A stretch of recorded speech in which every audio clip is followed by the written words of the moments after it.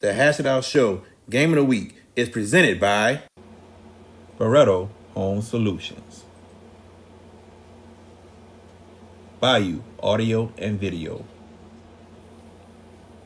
Hotworks. The Hash It Out Show Game of the Week is presented by Barreto Home Solutions, Bayou Audio and Video, Hotworks on the North Shore, JFK Martial Arts in Mandeville and Covington, Lil Dizzy's Cafe, The Green Law Firm, personal injury attorney, Kaylin Parker of Magnolia Wealth Strategies,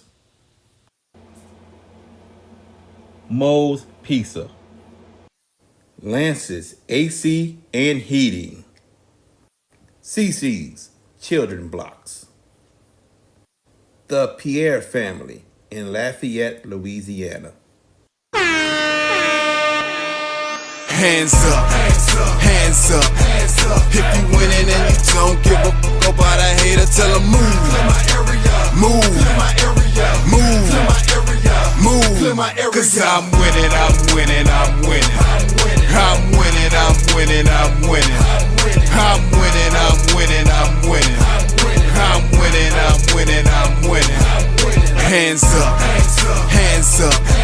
If you winning and you don't give a fuck about a hater, tell them move, move, move, move. Cause I'm winning, I'm winning, I'm winning.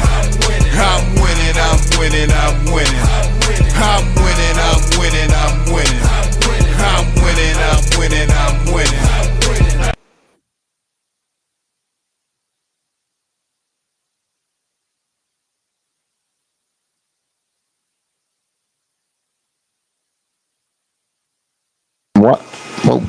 And welcome to the Hash It Out Show Game of the week number 7. Tonight finds us here in Edgard, Louisiana, home of the West St. John Rams, as they will take on the Riverside Rebels in a big district matchup, week 7 showdown. Both teams coming off impressive wins, especially the visitors, Riverside. I'm George Peppers hosting the pregame show along with the man that will be giving you the play-by-play proceedings tonight, VK Jones. VK, good evening to you. It is an absolutely gorgeous night here down in Edgard, Louisiana. Nice cool breeze. Who needs humidity? We ain't going to have that tonight. No, not at all. Not at all. Not at all. Not at all. Good evening. This is a beautiful night. This is truly football weather. We've been waiting a long time for it. And no name storms is harming us at all, man. We ready to get it going. One of the oldest rivalries in the state of Louisiana, and we showcased that tonight. We had a meet in Kentwood a couple weeks ago. Now another oldest rivalry that we're spotlighting tonight, and it's an honor and a pleasure to do this game tonight. I broadcasted West St. John and St. Charles Catholic years and years ago, man. So it's huge to probably come out here. And on top of that, both of these teams with winning records. Mm-hmm. Riverside 3-2. They took a beating 2 weeks ago against Vermilion Catholic in a rematch, but last week 76-37, knocking off the St. Martin Saints. Everybody talks about how great Dedrick Lasty was, and he was absolutely incredible. 30 carries, 534 yards. Oh, by the way, he had a reception for 19 yards and a touchdown, 9 total on the night. I think the undersung performance besides Lasty was clearly far and away the best player that night. Brock Bourgeois had himself a game last week. When you look at his numbers, it seems forgotten. 16 of 17, 178, and 2 touchdowns. The focus, obviously, for West St. John is you can't stop Dedrick Lasty. I don't want to steal the line. You can't stop him. You can only hope to contain him. But that young man if he was 5'9" and about 180, 190, every D1 school in the country, they'd be knocking on that door.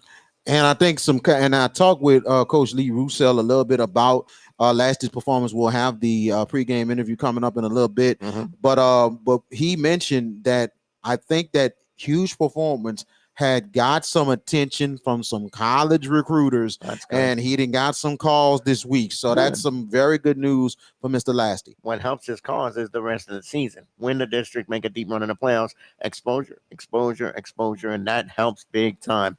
Yes. For the Rams, though, the homestanding Rams, after the opening game hiccup against young audiences, a new school, when you play an unknown school, you don't know what style of football they employ. They haven't lost. They've ripped off 4 in a row, including a 22-6 win last week over Varnado. They've got a pretty good running back of their own, West St. John, Kalon Gardner. He's pretty good. Yes. He's done himself a job. And Jace Farnell, they don't really throw the ball a lot at Riverside, West St. John. But when they do, it's effective. It is an effective passing game. But they live with the run. Coach Thomas and company, this is a group. What is West St. John going to have to do? Look, Riverside is extremely explosive. They can get you with lasting. You could try to zero in on him. But as I mentioned, Brock Bourgeois can do some damage with the ball throwing it. What is the Rams' game plan tonight, too? I don't think you could stop Riverside. How do you kind of neutralize them if you're West St. John? If you're West St. John, and I think you got to really establish the run for their own selves, shorten the game. More than shorten the game. But if I'm West St. John from the jump, if you want confidence, you go for the play action and try to test the secondary of this Riverside team to get on the scoreboard first, and then you can really slow it down from there, get some confidence in the team more than anything else. But at the same time, I think they do try to slow them down, and then defensively, they need to put some pressure on Bourgeois. Bourgeois can throw the ball very, very well. The offensive line is starting to get better for Riverside, but at the same time, I don't think they met a West St. John team that got some size on them themselves and athletic. So that's another thing. That's a challenge for Riverside tonight.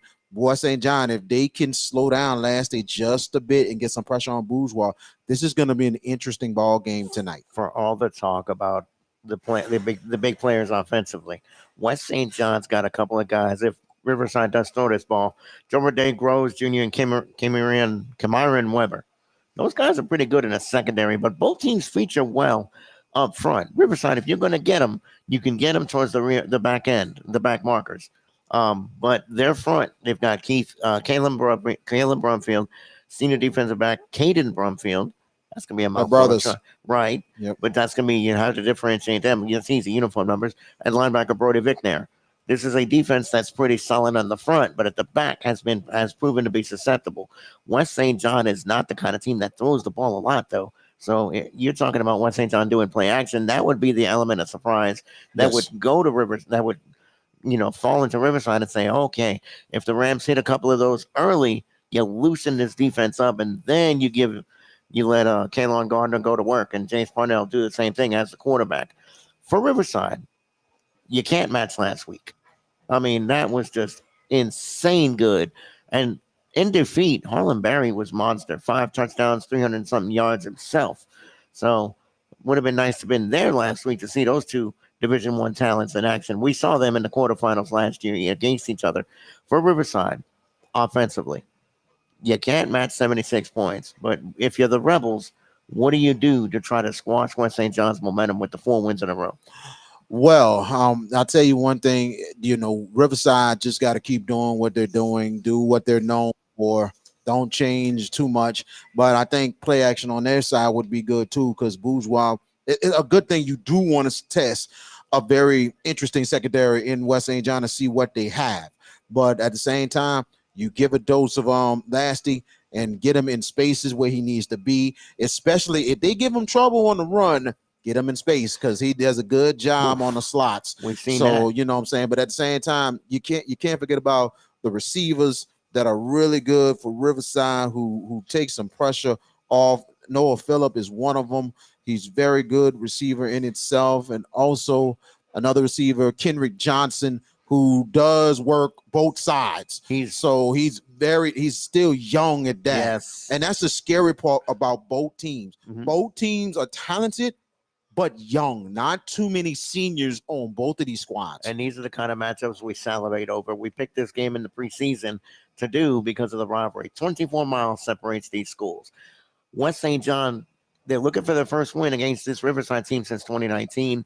Last year, 55-0. But listen, the Rams were just an anomaly last year. Everything what could go wrong went wrong for them last year. Everything that could go wrong early on, and they caught Riverside pretty early in district, like they are tonight, 55-0. I don't think we're going to see that kind of game tonight. I do think it's going to be reasonably more competitive.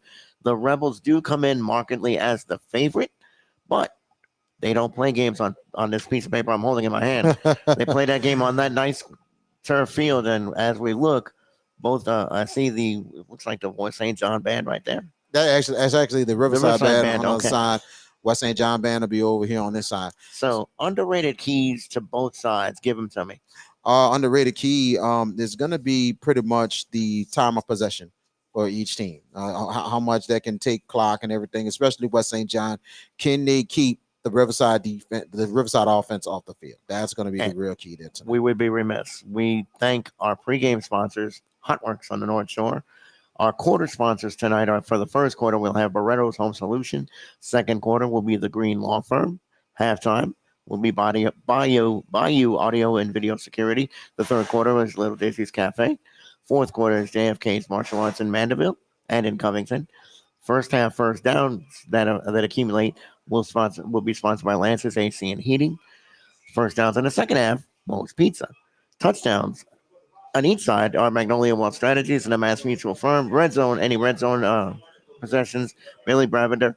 Kickoffs, CC's Children's Blocks, and Pierre Family in Lafayette.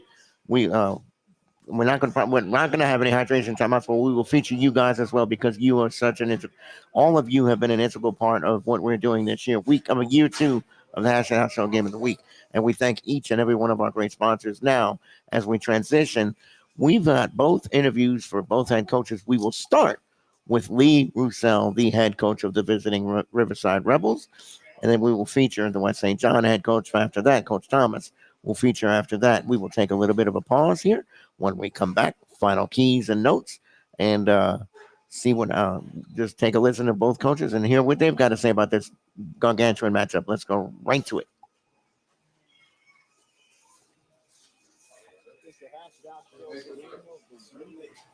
All right, we're good. Second week in a row, and this time we're going into we went to some historic. We had a historic rivalry a couple weeks ago with Amite and Kenwood.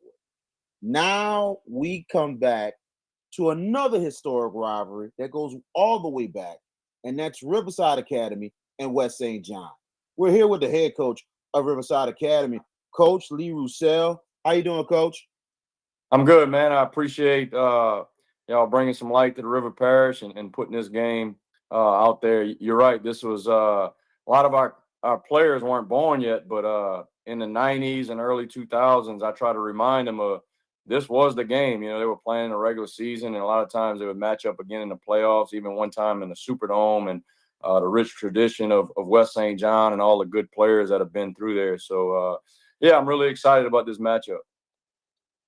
Absolutely. This game is now a little more bigger, not just the fact that your team is having a real good year, but the resurgence of Deron Thomas and West St. John getting back into the fold more than anything else, for them winning 5 straight games, going into a huge matchup, potentially really for the district championship. What you can say about this matchup coming up this week? Yeah, I got a lot of respect for what Deron has done over there, and I know he's out in the community and he's hustling and he does a good job. The numbers are up, you know, the roster size is bigger, which makes it easier to practice, you know, and he's got some good players and they coaching them up.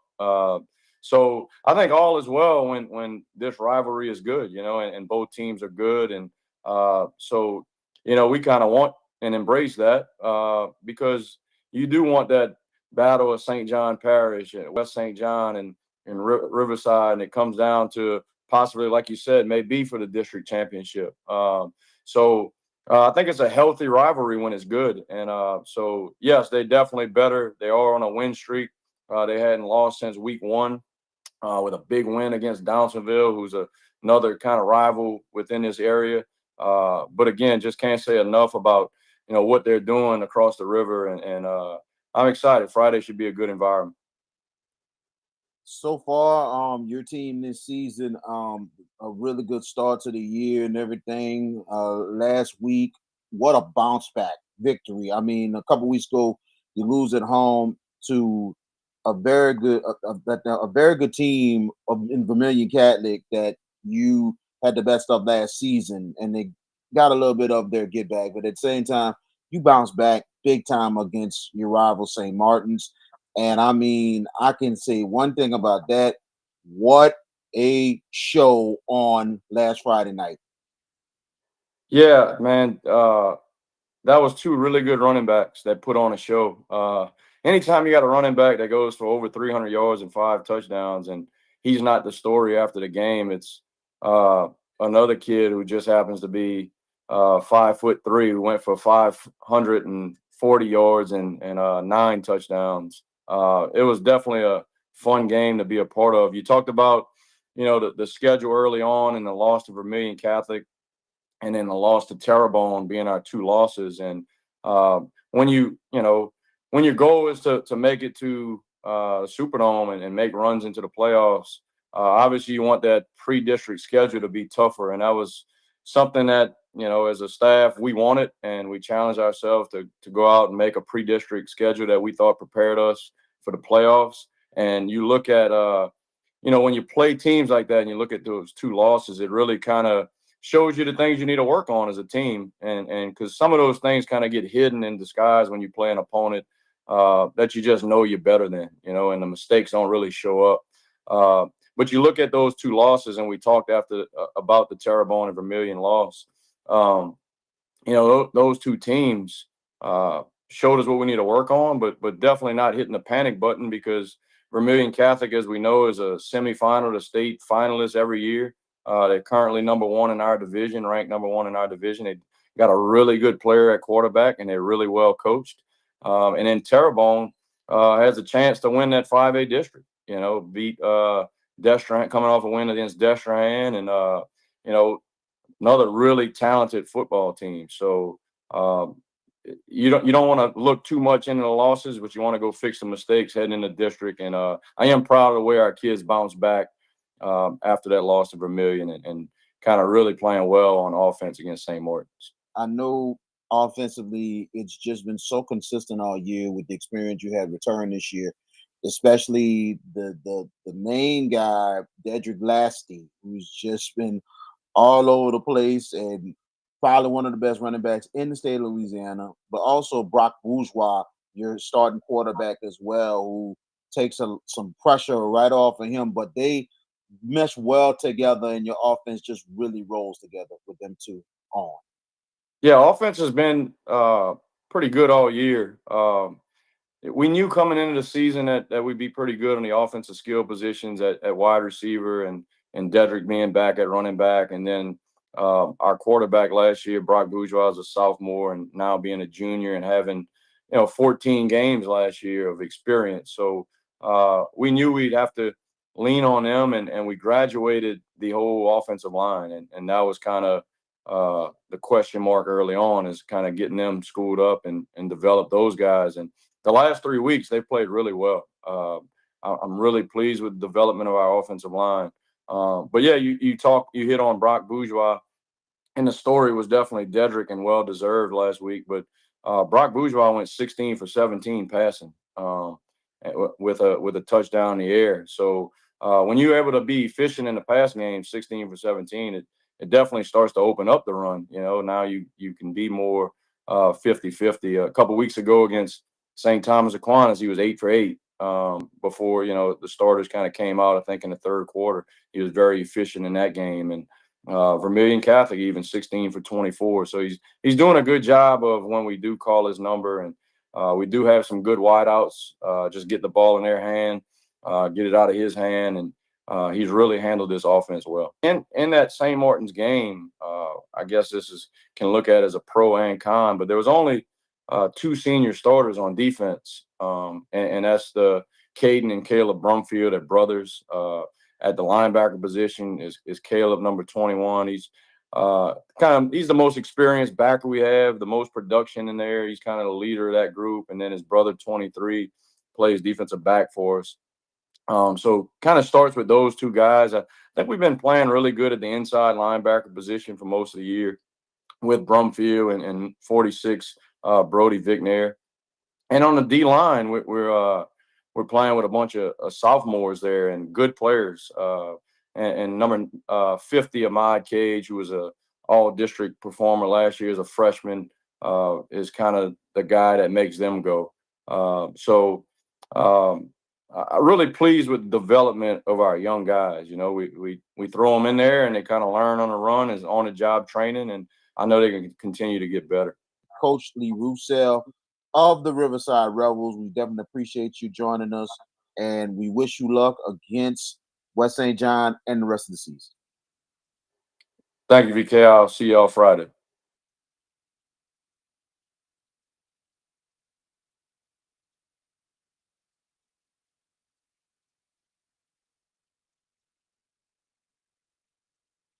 The Hash It Out Show Game of the Week.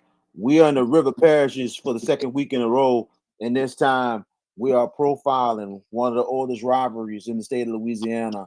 We brought you an old rivalry between Amite and Kentwood a couple weeks ago. This time we have Riverside Academy versus West St. John. We're here with the head coach of the West St. John Rams and also a former Ram himself, head coach Deron Thomas. How you doing, Coach? I'm good. How you doing? Good. Appreciate you coming on our pregame show and everything. First of all, Coach, so far so good with your team in your second year. Yeah, you had lost the first game, but you guys have won 4 straight games. It seems like the young audience's game was a wake-up call, and it looks like your team is starting to get on a roll now. Yeah, it is. You know, we talked about as a coaching staff, even though that week 1 game against young audience, we lost it. But for the kids, it was a wake-up call. And for the coaches as well, letting us know we know it ain't going to be easy this year. We didn't want to just think and assume just because we're in year 2, we're in our first full year of swing of things with everything, that everything just was going to be peaches and cream. So it kind of put everything in perspective with the boys. So now, it helps us with our attention to details, our focus, and just getting ready, making sure we're preparing the right way each week, from workouts to film study to practice to the classroom, the whole 9. So that was definitely a good call for us, and that's behind us. We have a good streak going right now. We just wanted to keep it going. I very much agreed on that one.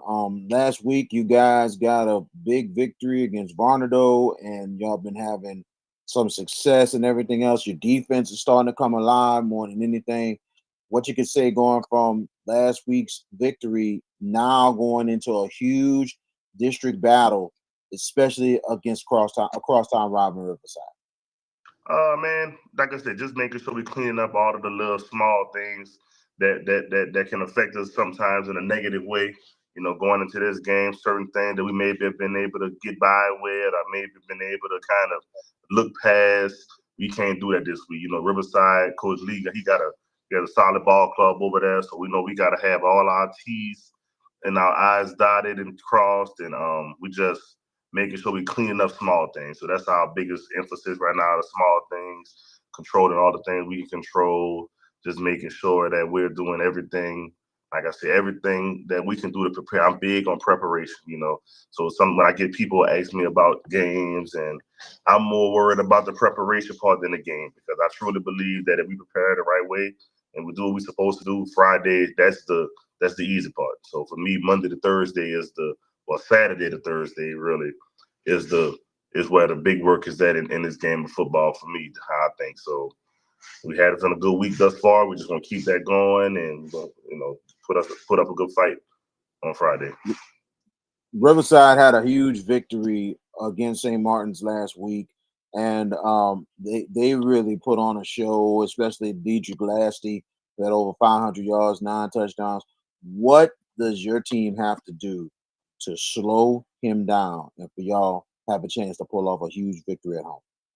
We just got to play team football, Ram football. We got 5 commandments we go by: trust, faith, commitment, discipline, and sacrifice.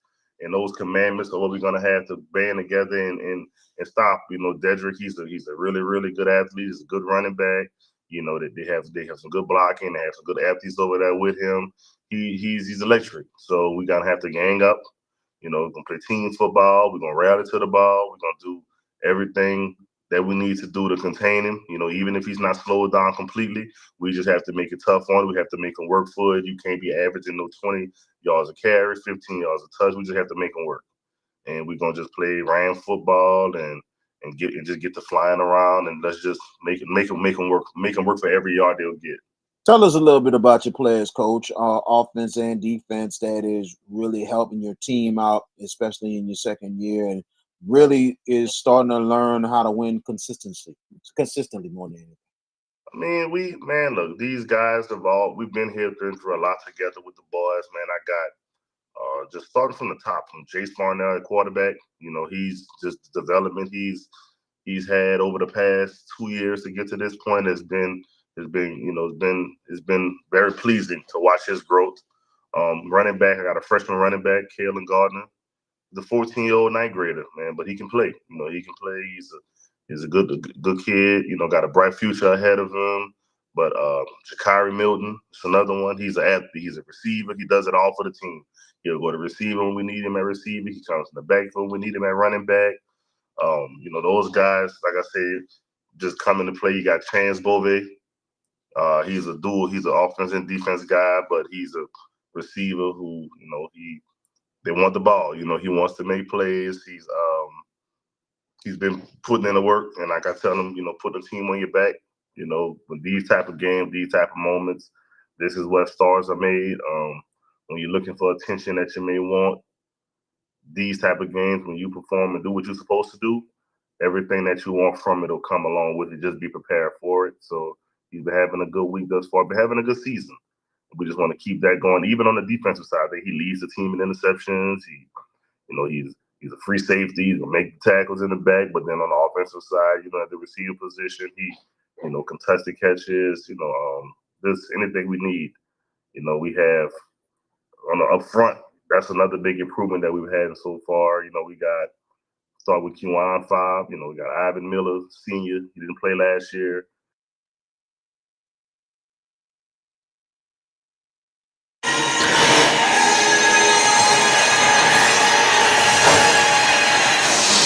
As the national anthem is being played here at West St. John in advance of the kickoff of the Riverside Rebels and the West St. John Rams. You just heard the interviews for both Lee Roussel and Coach Brandon Thomas for the West St. John Rams, and interesting quotes from the West St. John side, you know, talking about, and little gamesmanship here. They won the toss and they're giving the ball to Riverside to start the game. That's interesting, VK. Very, very interesting in itself for Riverside to get that ball first, yeah, and to try to set the tone. Like, did we watch the same film they did? I don't know, but at the same time, I think West St. John might be a little confident, but we'll see what they do on this first drive of the game. Exactly. And go ahead. As both teams are getting set to kick off, I'm going to cut off here and turn it over to you. You are getting ready to listen to the Hash It Out Show Game of the Week on JB, your Sports Guys YouTube page.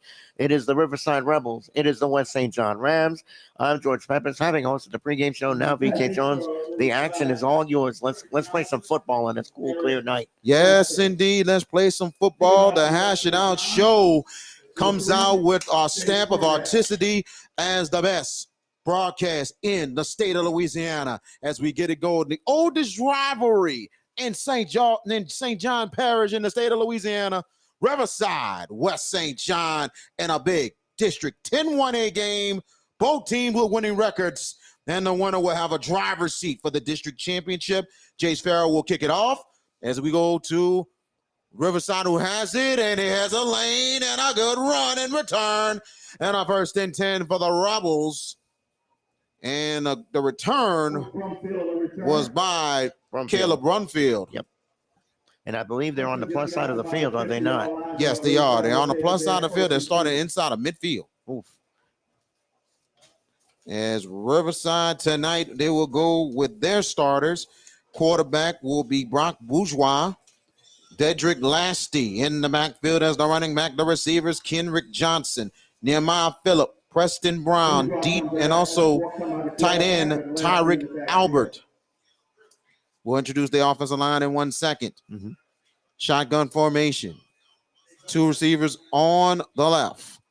The handoff, Lasty going to the right side. Flag is down, out of bounds. That might be holding from where that flag is thrown, big kid. It might come back. So good 4 yards and a holding penalty on the Rebels. There it is. Offensive line for Riverside goes like this. At center, Jordan Kramer. The guards is Aiden Bullock and Brody Trustclair. The tackles, Gabe Galvez and Lincoln Scott.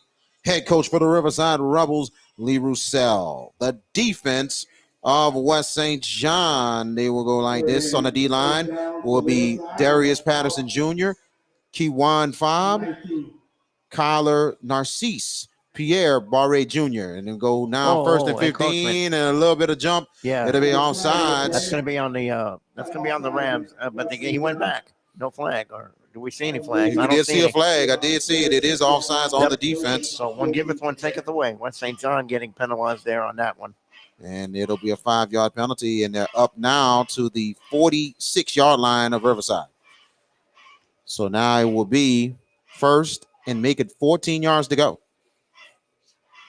And here's the option. Bourgeois keeps, and a good hit right there. Credit number 4 with the hit. Tackle made by Patterson. And that is Patterson. Patterson making the tackle for West St. John. It'll be 2nd and 14 coming up. And the linebackers are Kyron Howard, Xavier Poche, Terry Fortenberry. 2nd and 14, back to pass Bourgeois. Bourgeois throws it middle. Caught. Good catch. And close to the first down. Good positive yardage. And that right there is number 19, Preston Brown, with the catch. So it'll be 3rd and 1 coming up. And look at how he led Preston Brown on that play. Let him make the break, and the ball was right there when he makes his break. And beautiful pass. 3rd and 1 coming up in the shotgun bunch formation. Two receivers to the left side. Looking to the sideline to get this play in.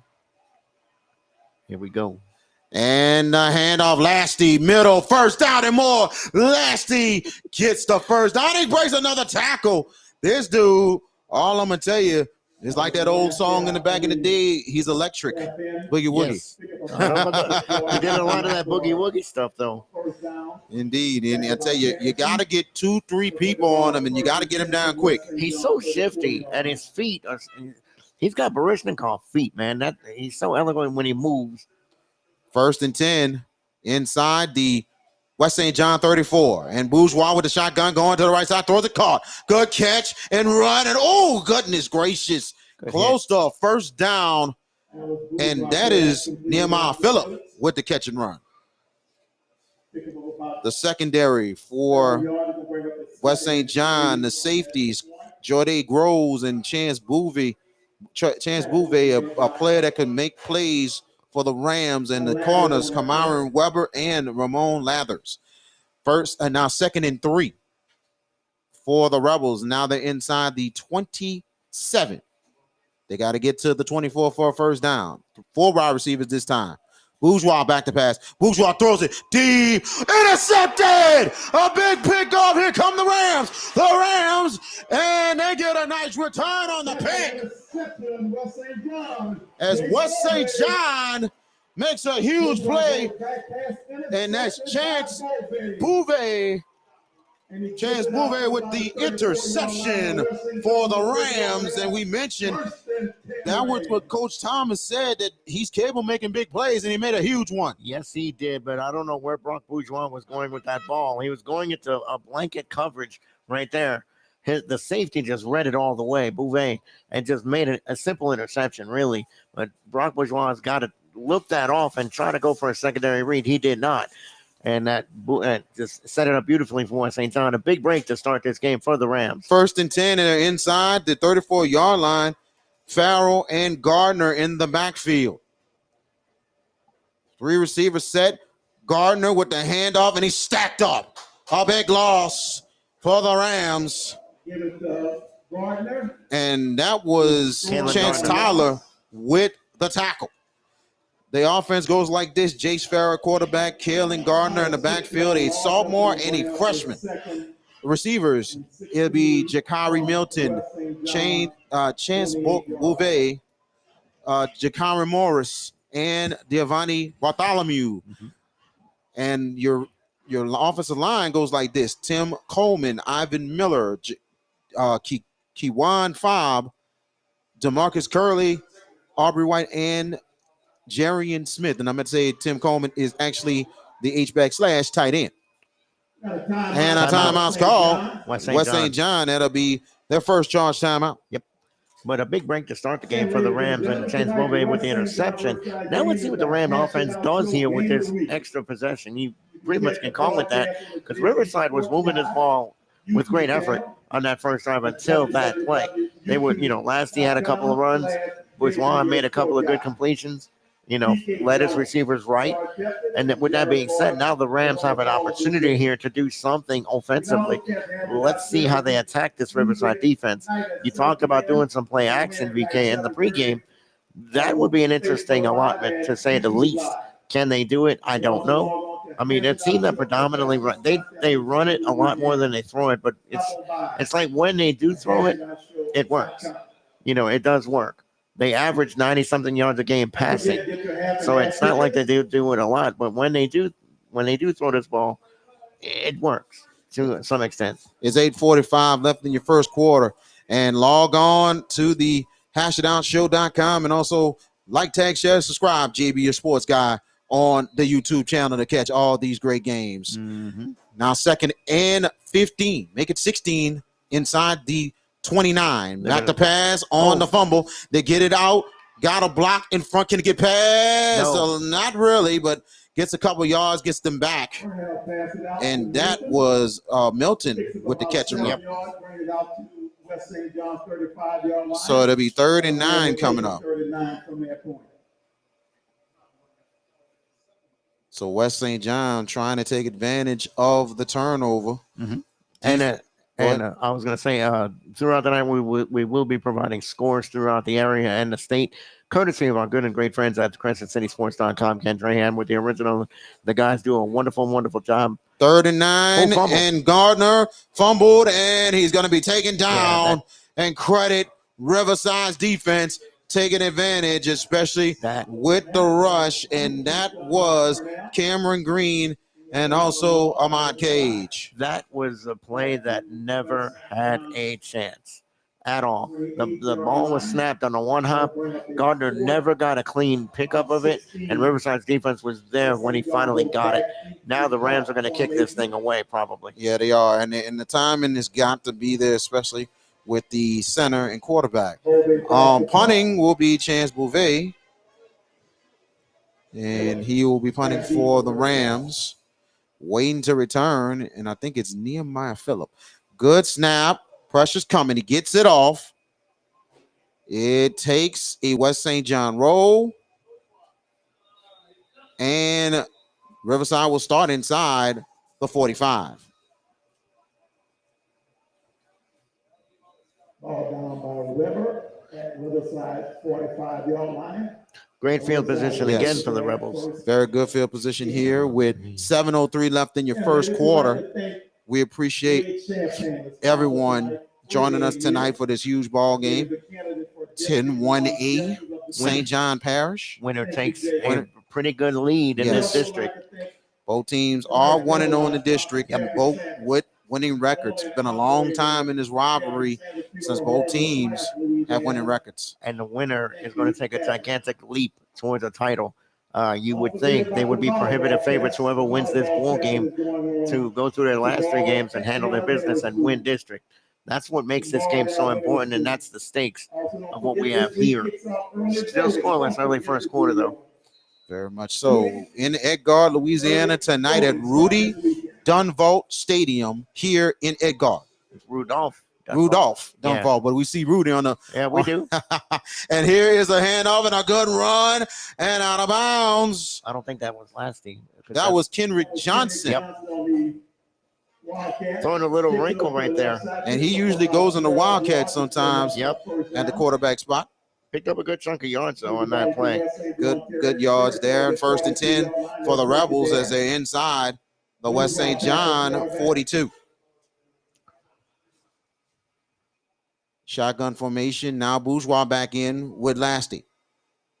Bunch formation, one receiver to the left. The handoff is to Lasty. Lasty, good tackle right there. He's only going to get about 2 yards inside the 40. And the West St. John got a little speed right there as they just had a good angle on that play, VK. Yes. You know, Lasty was trying to get it to the outside, but the Ram defensive front was able to meet him there and take him down after a 2-yard gain. Ramon Lathers with the tackle. Yep. 2nd and 8. Handoff again. Lasty middle. Lasty gets loose and close. Good run there. And he's inside the 34-yard, making a 33-yard line. So they need to get to the 32 for a first down as they go in a hurry. Now Lasty will get it again. And good tackle right there and a loss. That's a big-time play for West St. John. They went to the hurry up there, but it didn't seem like they were really convinced on what they really wanted to do, Riverside, on this play right here. It was just a hurry up handoff to Dedrick Lasty. Now I think they're going to go for it here on this 4th down. Chance Farrell with the big tackle. Quarterback doubling as the DB for the Rams. So now the play clock is at 18, counting down. They're looking at the sideline. They're going to go on here with late substitutions, VK. Yeah, absolutely. They're going to go for this. Correction, that was Groves with that tackle. Groves with the tackle. Jordan Groves. Jordan Groves with the tackle. So here we go. And 2 seconds. The timeout's called by Lee Roussel. That will be first time out for Riverside. There was a lot of confusion, you know, subbing in and out, and I don't think they really knew what play they were looking for. It's not really anything that West St. John's doing. It's more Riverside's like, wait a minute, you know, what are we doing? Right. You know, I didn't see anything that West St. John did on that possession. That last play by Groves was a good tackle, but Riverside has had 2 good field position drives. The first one obviously ended in a pick with Brock Bourgeois throwing the interception. This one, now they face a 4th, and it looks to be about 2-3 yards? Yes. So very manageable when you got number 1 back there. I mean, right. You know, that guy, he disappears into a line. It's like, where is he? Oh, there he is. He's on his way to the end zone. You know, it's one of those things. It's like, man, and look, like I was saying, with the scores we provide throughout the night will be provided by CrescentCitySports.com and the great team that does the scoreboard there, and they do a great job with the original as well. And here we go, 4th and 2 coming up as Riverside's offense back on the field. They need to get to the 32 for a first down. And a handoff.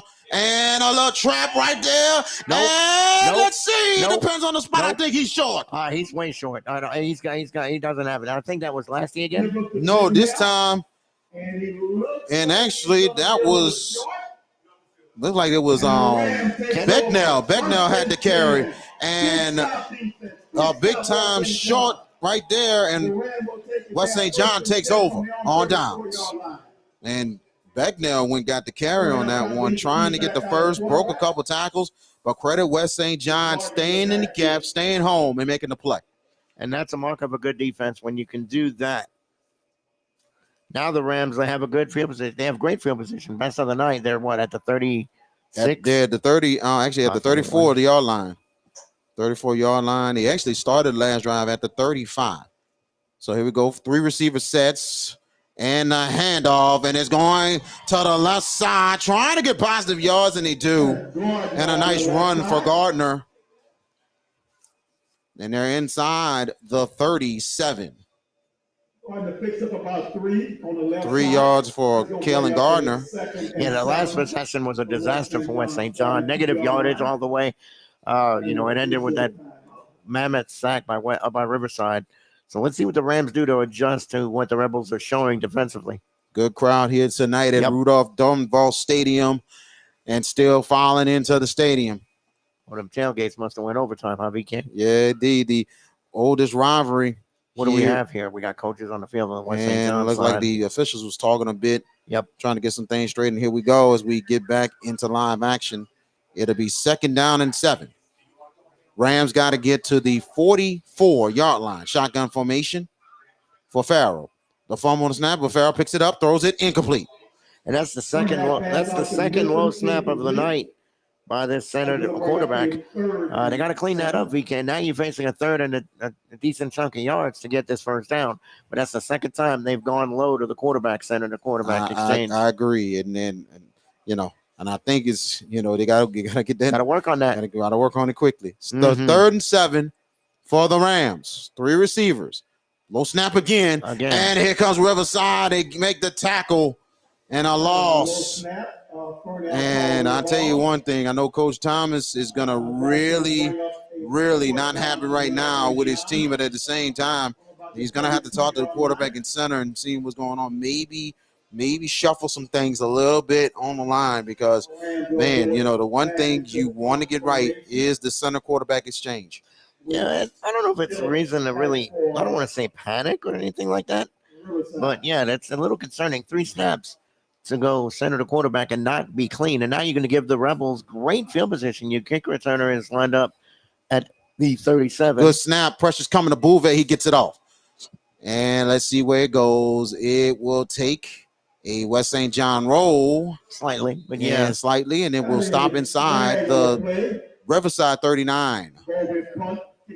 1st and 10. 4:14 left in your first quarter. And this first quarter is brought to you by Barretto Home Solutions. Great group of people there. And let's see. And also first downs brought to you by Lance AC and Heaton. All kickoffs tonight brought to you by CC's Children's Blocks. And a big shout out to the Pierre family in Lafayette. Thank you so much for supporting the Hash It Out Show game of the week and the Hash It Out Show. It sounds like you're a very happy man. 3 more outs to go. That's how I'll be happy. What do we have a timeout here? Looked like it was a penalty. From West St. John's 45-yard line. Ooh. Unsportsmanlike conduct, I believe, is what the call was. That was probably after the play. Man, that's not good. No, gotta maintain discipline throughout. And now the Rebels have gifted field position. Absolutely. On the far side of the field again. Now inside the 45 of the Rams. Last in the backfield with Bourgeois. 2 wide receivers. They are on the left. Bourgeois gets the snap, hands it off. Lasty. And good tackle. You got to credit this West St. John defense so far. The one thing I said, they would face a team that has a combination of athletics and speed. That would be a big test. And so far, West St. John has stepped up. If you could force the Rebels into secondary reads, if you're West St. John, you're doing really good. 2nd down and what is this, about 8? 2nd down and make 9. it 11. 11, so you lose lose a 1-yard loss. So if you force Brock Bourgeois to go secondary reads and whatnot. And Bourgeois back to pass, he'll throw it out. Phillip, and he breaks tackles, and there he goes. And Phillip, he will go. End zone, touchdown for Riverside. And just like that, 46 yards for Brock Bourgeois to Nehemiah Phillip. 6-0 for the Riverside Rebels. Spoke too fast, VK. I mean, yeah, the Rams. Indeed. But it took one person to miss a tackle. Yep. And the one thing you cannot do, and that's what West St. John did. They missed the tackle, and Phillip gets loose. So Will Ranch will kick the extra point for the Rebels. Snap down. Kick is up for Ranch. And he got it. 3:29 left in your first quarter as Riverside strikes first, 7-0. 3 minutes, 29 seconds left in the first. VK Jones with you in this touchdown is brought to you by Keelan Parker and Magnolia Wealth Solutions.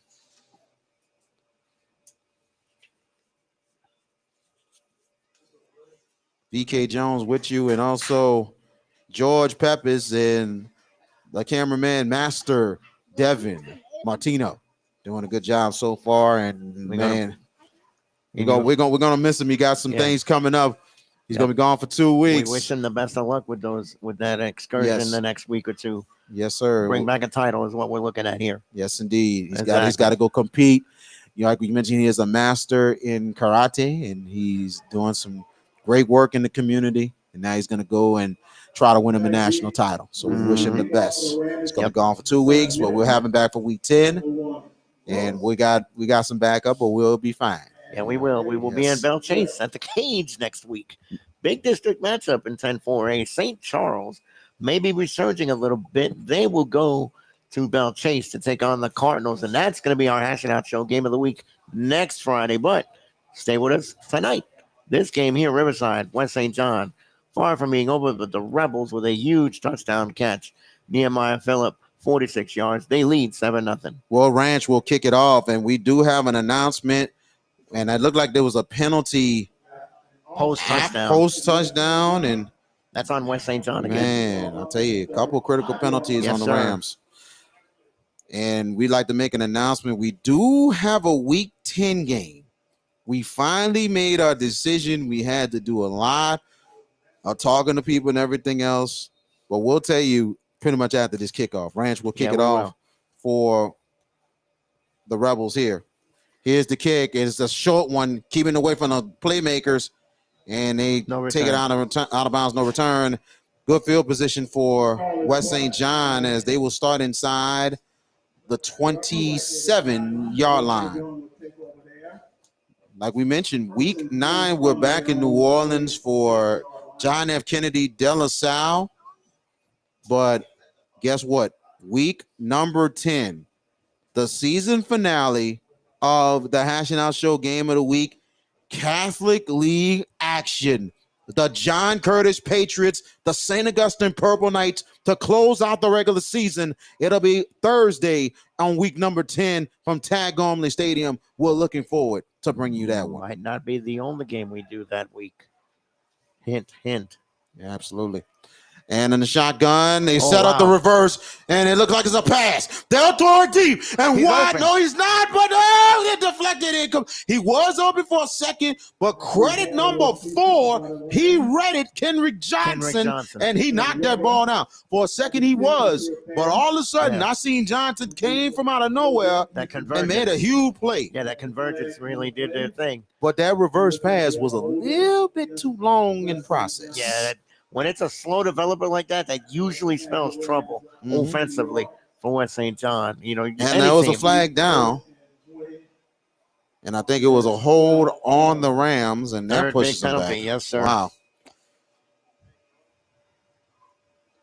They've already accrued 4 penalties tonight, 45 yards on 4 penalties, and that's no good for the Rams. And West St. John back inside of their 17-yard line this time. Behind the down marker, too. Shotgun formation, not a handoff. Gardner trying to go forward, getting some positive yards, but they're inside the 19. Only 2 yards on the play. And if you're the Rebels, you live with that. Keep them behind the yardsticks and force them to kick this thing back again. 2:51 to go early for a late first quarter here. Now it's second down, and make it 20 to go. They're inside they're inside the 19. They got to get to the 37. Back to pass, throws it, good catch, and nice positive yards. Farrell to Jakari Milton. It'll be a manageable third down coming up for the Rams as they're inside the 32. And the 2 completions he's at tonight, Farrell, have been to Jakari Milton. So now it's third down and make it 5.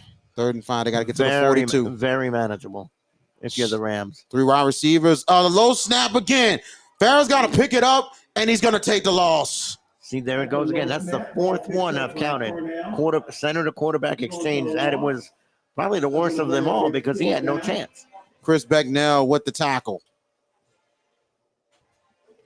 Wow.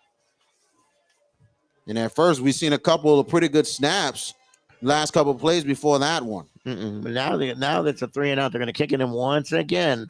Look where the Riverside kick return team is on the plus side of the field. Very much agreed. Phillip waiting to return on the punt. Bouvet will punt it for the Rams. 1:13 left. Good snap. And he gets it off. And let's see. It takes a West St. John bounce. Still great field position for Riverside as they start inside the Rams 48. And this is their fourth possession. 3 of the 4 possessions have started on the West St. John side of the field. Tells you the field position game is being dominated by Riverside. And only just 7 on the board, but looking for more. Coach Deron Thomas walking on the sideline, pacing, looking for some answers from his offense. That's easy. Clean up the center quarterback exchange for 1. And here we go. 4 wide receivers, 2 on each side for Bourgeois. Back to pass. Bourgeois pressure is coming. Deflected and incomplete. Good job by the front. Good pressure of West St. John. Yes. I was going to say that was a jailbreak blitz by West St. John. And Bronk Bourgeois, had he got that completion, there was a ton of space right there if he'd have got that completion, but he didn't. So it'll be 2nd and 10 as they're inside the West St. John 48. 55 seconds left in your first quarter. Shotgun formation. 2 receivers to the left side. And the handoff. Lasty, middle. Lasty, he gets the first down. A huge first down for Dedrick Lasty.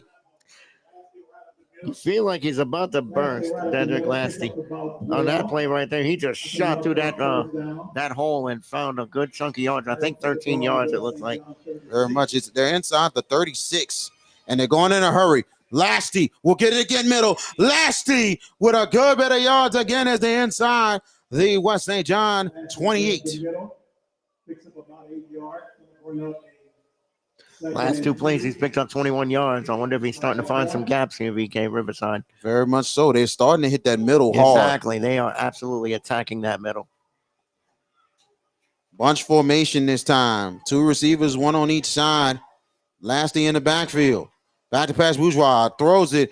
Phillip with the catch. And Phillip, he should have the first down for the Rebels. So 1st and 10 for Riverside as they're on the move again. Nehemiah Phillip, who caught the 46-yard touchdown for the only points of the game up until this point. 2 seconds left in your first quarter. Did he go out? He did go out of bounds, so that clock is stopped. We got one more play. In the Billy, no, not yet. Almost there. They're inside the 28. Yep. Here we go. Make it the 29-yard line. So 3 receivers this time. Man in motion. Number 3. And Bourgeois will throw it out, caught, and it's Phillip. Phillip will get the first down for Riverside as we end the first quarter. Your score, the Riverside Rebels 7, the West St. John Rams nothing. We're coming right back. This is the Hashing Out Show Game of the Week. Did you experience storm damage from Hurricane Francine? Barretto Home Solutions can help. You can give them a call at 504-940-7552.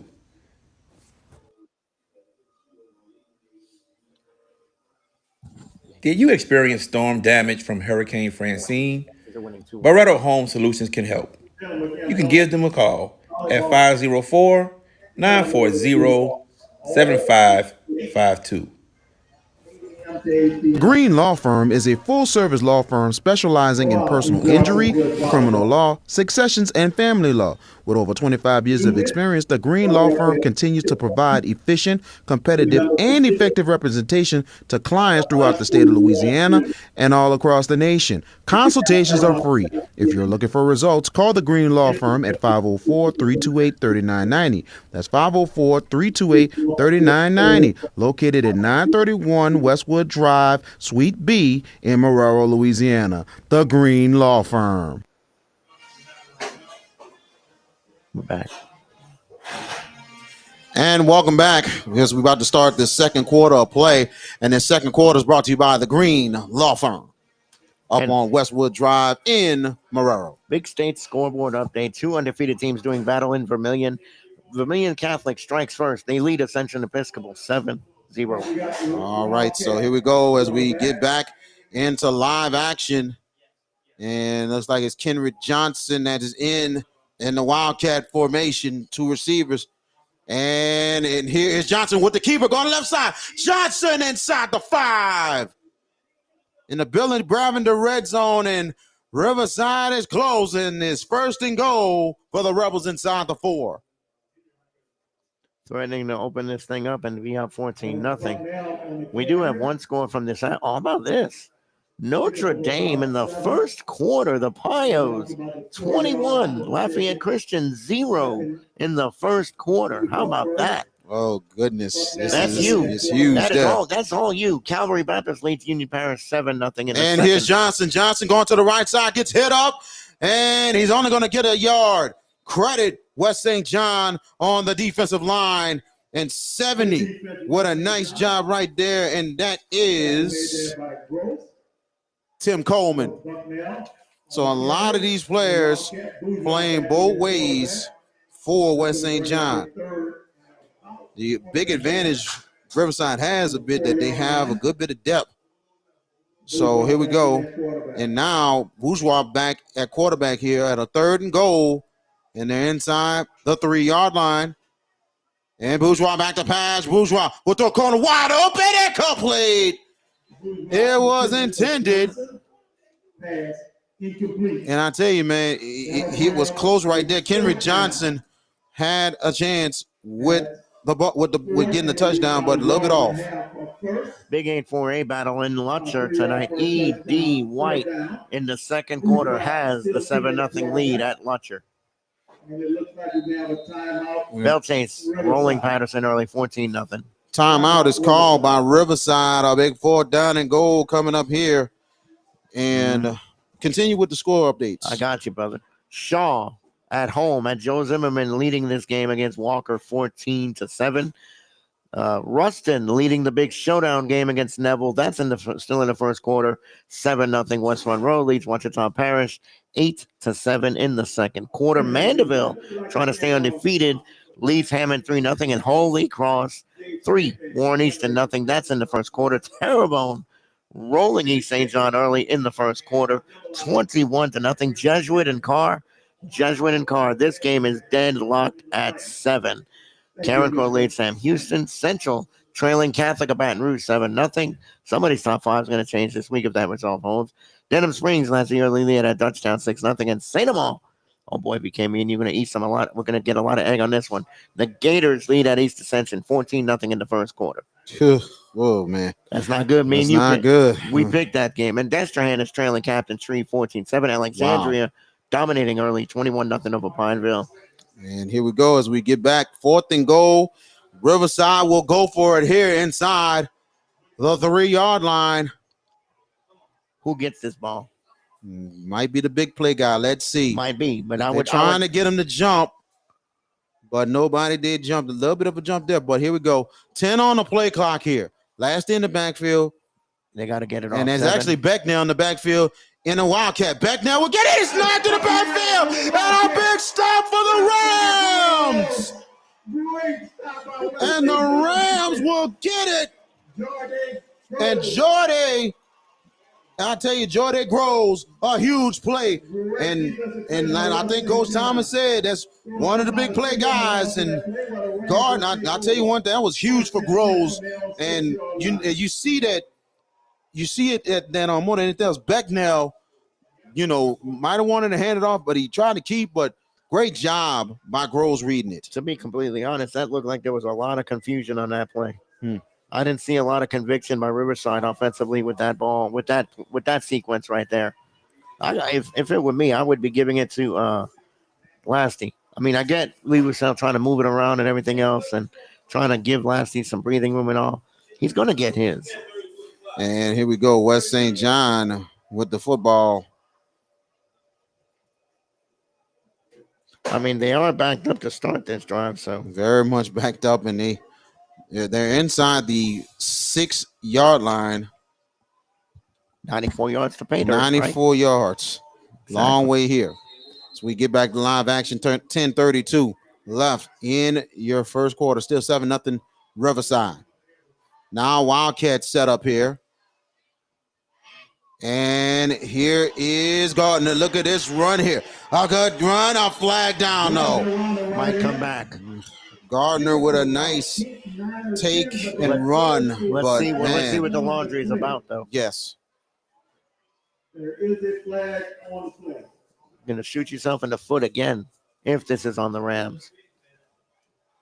And Coach Tom is trying to look for anything now. And it is a holding on the Rams, and that will push them back. Could have been real good yardage for Gardner.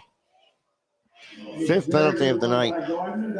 And they're inside now the 4, make it the 5-yard line now. 13 from about the 4-yard line.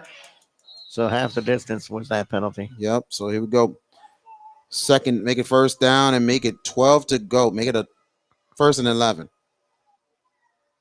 And they throw it. Good catch. Good positive yards. They're inside the 9-yard line. Weber with the catch. Picks up about 5. I'm going to bring up. That's Kamarian Weber with the catch. About 7 yards. So a 7-yard gain there. So now second down and make it 8 yards to go. They got to get to the 24.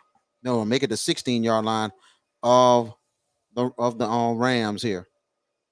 And back to pass. Pump fakes it. Throws sideline. Good catch. And it's a 1st and 10 for West St. John.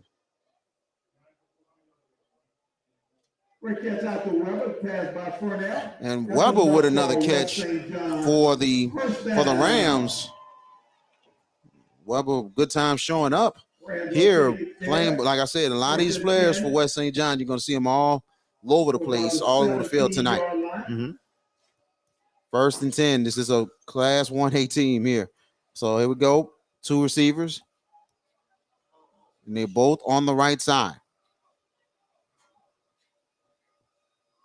The handoff, Gardner. And here they come. And a good run, a 1st down. And actually, that was Milton with the carry.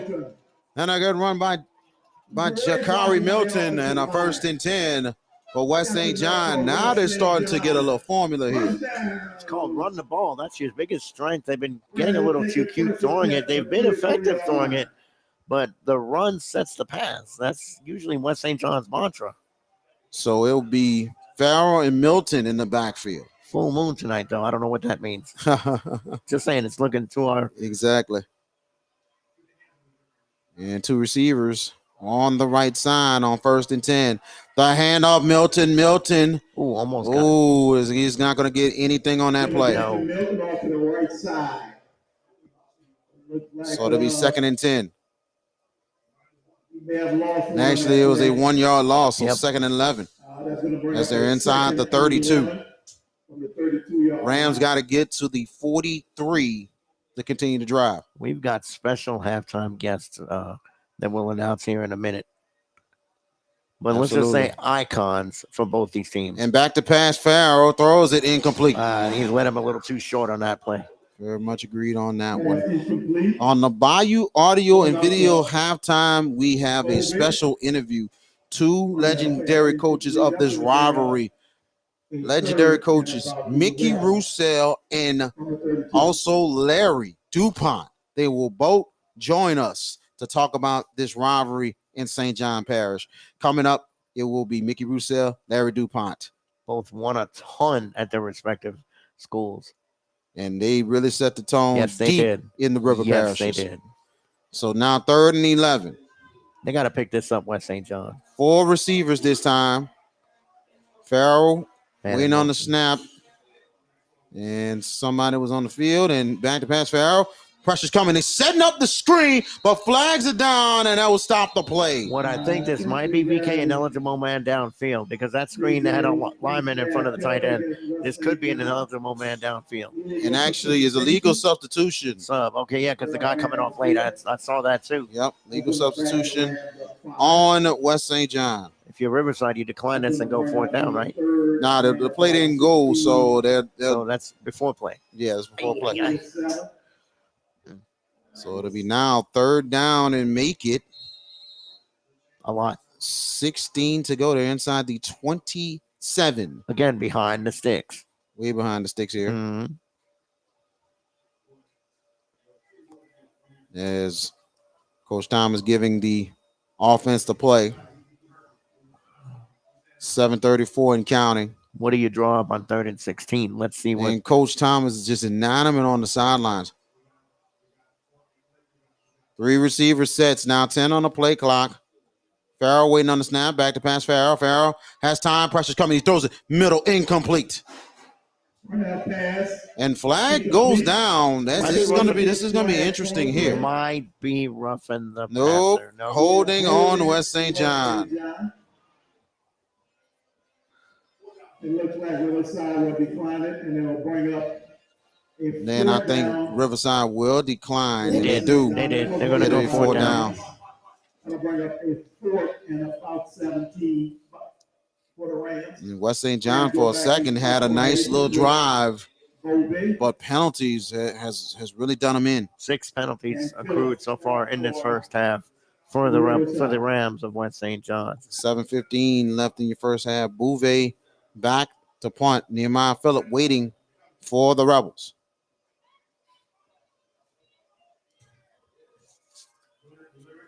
High snap. Bouvet's got to get it off. Pressure is coming. Bouvet will try to run it, and he will be going out of bounds. Riverside will have great field position, 1st and 10. Runs it out to the 25-yard line. Riverside will And mistakes are starting to pile up a bit for West St. John. They've got to regain some composure here in this first half before the game gets away from them. You do not want to, remember, they do get the ball to start the second half, West St. John. If they can somehow manage to keep this a 1-score deficit, things can change. But penalties and mistakes and just not executing is really doing the Rams in right now. And the Rebels have not played nowhere near a crisp offensive game. They've had 5 possessions inside West St. John territory to start, and they've only got 7 points to show for it. And here we go. 3 receivers and 8 seconds on the play clock. Bourgeois a little confused. There's too much confusion. And then Riverside going to burn a timeout. Timeout for the Rebels. Second one. And I tell you, you look at the frustration right now for Riverside. Both coaches, really. It's just, not crisp at all for both teams. This was not this isn't the game from last week, that's for sure. And we kind of expected it not to be. West St. John's got a very proud defense. They've made some plays, but the Rebels just really, execution-wise have not really been crisp tonight. That's credit to the Ram defense. They've made some plays. They've done well. And I'm looking at you. Just switching some things up, making sure everything's ready for halftime. All right. But back to it. But as we get back to live action, 1st and 10 inside the 25-yard line. Oh, I hear. And back to pass, and they throw it out. Good catch. And Johnson with the first down for the Rebels. Pass completed out to Johnson. That's enough for first down. 1st and 10 for the Rebels. Kenrick Johnson really. Oh, wait, wrong team. Whoops. Messing around here. So big catch there by Johnson. 1st and 10. And here we go. 1st and 10. And then inside the Billy Bravin red zone, inside the 11-yard line. Back to pass. Bourgeois will throw it left side wide open. Car touchdown for the Rebels. And it's Johnson again for Riverside. 13-0 for the Rebels. And I tell you, man, Johnson really making an impact for the Riverside Rebels in this first half. Him and Phillip taking some pressure off of Dedrick Lasty, and also Bourgeois, the way he's getting the ball out as well. Absolutely. And this drive was very quick and painless. Well, for the Rebels it was. But for the Rams, this is really a mountain they're going to have to climb here. Down 2 scores, 6:33 to go first half. Snap down, kick is up for Rez, is blocked. A big block there. And can advance it on the extra point. You can advance it on a regular field goal. Yes, you can, but not on an extra point. But a big block there. Your score with 6:33 left in your first half. 13-0 Riverside Academy over West St. John, VK Jones, and also George Pep is with you from Rudolph Dunbar Stadium in Edgar, Louisiana. And that touchdown is brought to you by Magnolia Wealth Strategies, a Mass Mutual firm. Shout out to Mr. Caleb Parker. And we thank all the sponsors for supporting us. Like, tag, share, subscribe to the Hash It Out Show on JB Your Sports Guy on the YouTube. You can catch the Hash It Out Show Tuesday and Wednesday nights, and you can catch the game of the week. And we're on Tuesday and Wednesday nights, Tuesday at 7, and also Wednesday, 7:30. And we're on all social media platforms, YouTube, Twitter, Facebook, and Instagram. And we can confirm to you one guest Tuesday night. Mandeville's head coach Craig Jones will join us on the Hash It Out Show Tuesday night. We're efforting to get more guests, but Craig Jones is confirmed for Tuesday night. Absolutely. And it will Phenomenal season they're having, Mandeville. Agreed. And it'll be Ranch kicking off. Ranch kicks it off. It'll be returnable from the 25. And West St. John looking for a spark and a nice return. And then it will be 1st and 10 for the Rams. Good return right there for Kamaran Weber. So West St. John will start inside the 44. Of their own.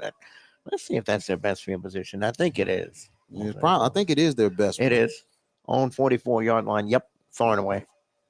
The other possession that they had a decent field position was the 35. Okay, here we go. 1st and 10. See what the Rams can do down 2 scores. They're going to have to do something here before halftime. We got 6:25 left in your first half. Make it 3 receiver sets, 2 to the left, 1 to the right. Shotgun. For Farrell, pistol formation here. They hand it off Gardner, and nothing doing. Riverside is going to take a 1-yard loss there. Riverside's defensive line closed the gap quickly on that. Kalen Gardner never really had a chance to get a foothold on this play. And that was Ahmad Cage making the play. Ahmad Cage, a big sophomore for Riverside, and he has experience. He started as a freshman last year. Called his name a lot in the playoff game against St. Martin's last season. We did, and we saw them in the Superdome come up very, very close against Southern Lab. 3 receiver sets on 2nd and 11. Back to pass Farrell. Farrell will throw it, deflected, and almost caught. So it'll be 3rd down. Farrell's really got to get the ball out just a little bit more. Yeah, a little hesitation on those passes, on those last few passes. This one, Riverside's guy was able to put a paw on it, and just put it into the ground. So 3rd down now, West St. John. 3rd and 11, it looks to be. So they're going to have to cross the midfield stripe and get to the Riverside 46 to pick this up. And here we go, 3rd and 11. Rams got to get to the Riverside 46 to continue to drive. 3 receivers. They get 4 receivers this time. Farrell waiting on the snap. Farrell back to pass, rolls out to the left. He throws it out and picked off. A big interception by Riverside, and they have a lane, and Riverside will keep it going out of bounds. Rebels with a big turnover, and that's Chris Begnell. Begnell has been all over the place in his first half. Yes, he has, and that is a backbreaking interception right there for against West St. John. Now Riverside has a chance to really put a stranglehold in this football game, up 13-0, and they got great field position. The return goes to, looks to be, what is it? It was Becknell with the return. I know, but I'm trying to see where the it's ball's actually at. there at the 11. Let me see, the 16-yard line. So the Billy Brown in the red zone. There you go. And here we go, 1st and 10 for Riverside. 3 receivers, both all to the left side here. Lasty in the backfield with Bourgeois. Bourgeois back to pass. Bourgeois throws middle, and incomplete. Almost picked. So incomplete pass there. So it'll be 2nd down. Riverside really looked like they was trying to go for the throat right there. 7 carries for Dedrick Lasty, 37 yards. That's very ordinary for him, isn't it? Very much. After last week, anything looks ordinary. So it'll be 2nd. Whoa! It was a 15-yard penalty. Half It was the distance, actually. half the distance to the goal is an unsportsmanlike conduct. On West St. John, that's their 7th penalty of the night. Wow. Not the time you want to be doing that. They're really shooting themselves in the foot in this first half. Now, first and goal now for the Rebels, and they're inside make it the 8-yard line. And it will be the handout going to the middle. It is Johnson. End zone touchdown. 8-yard touchdown. Kenrick Johnson. Now 19-0 for Riverside.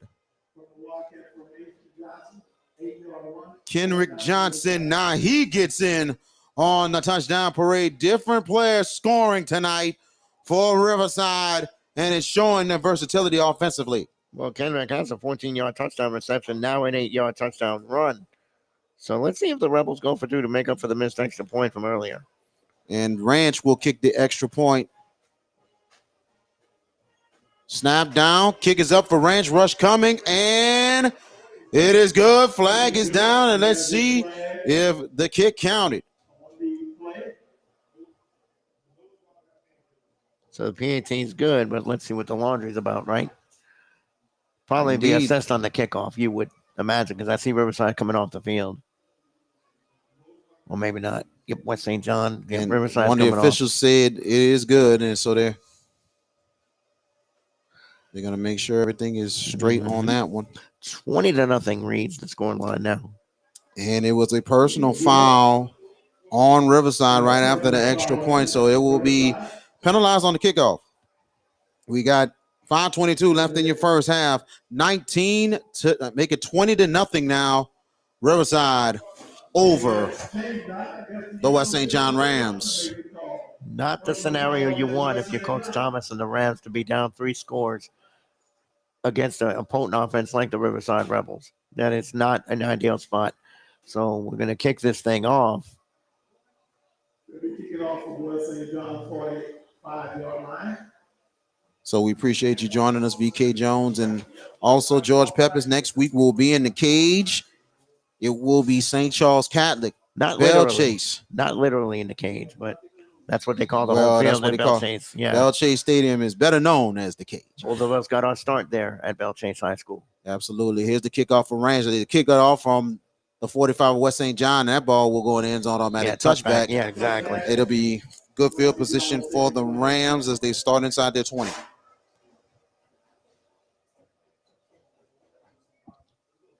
Actually, I'm sorry, the penalty was on West St. John. Excuse me on that one because the ball was moved up to their 45. So it was a penalty on West St. John. Probably on sportsmanlike. Yes.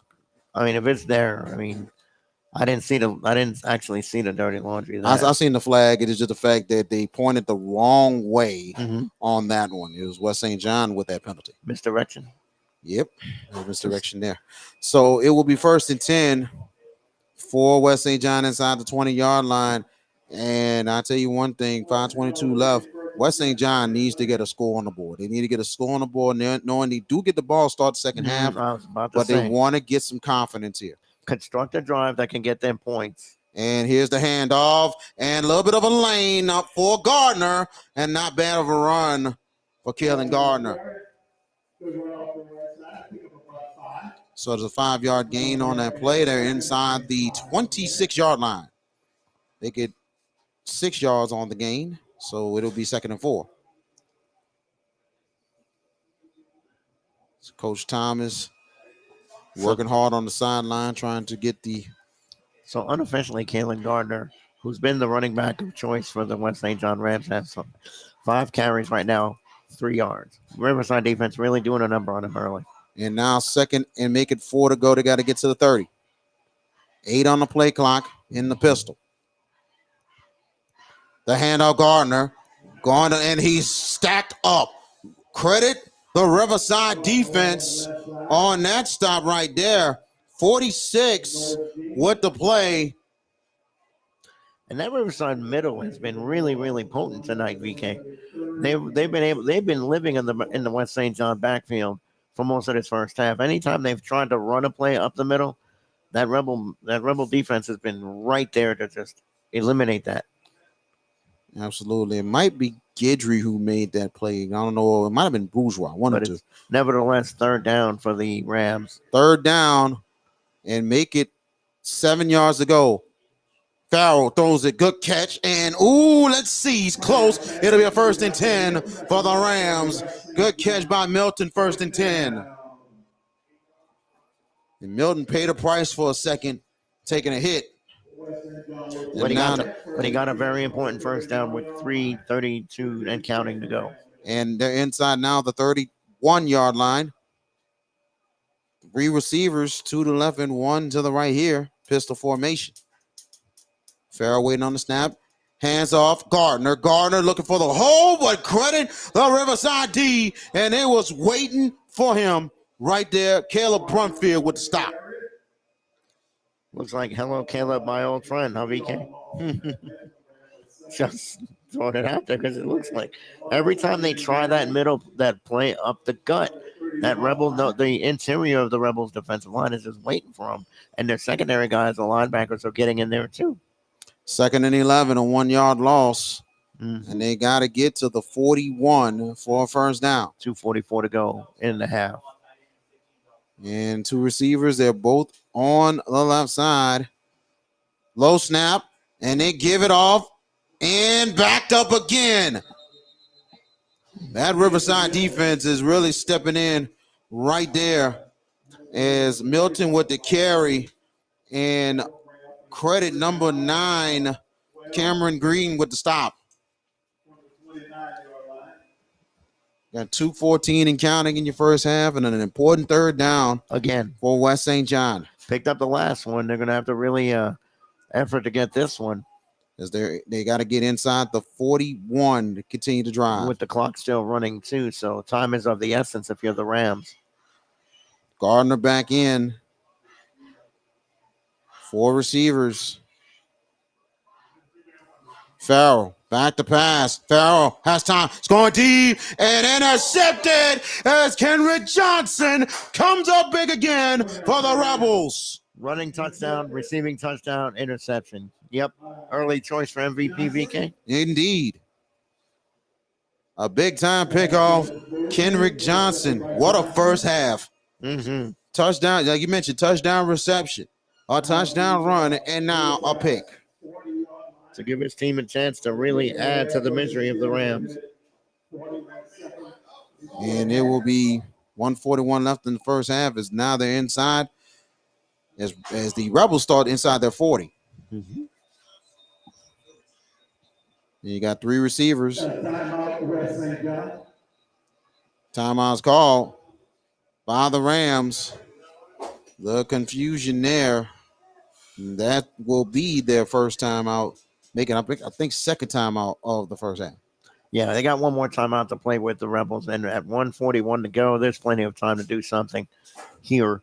But they have beaten this Rams team offensively in many ways. They have not been anywhere near crisp. This has been a performance full of holes, Riverside offensively. You know, Bourgeois with the early interception, and there was opportunities they missed.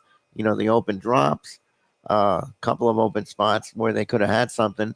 A couple of good plays by the Ram defense to really stack up Kenrick Johnson. But Kenrick has been the man tonight so far up until this point, and early choice for MVP.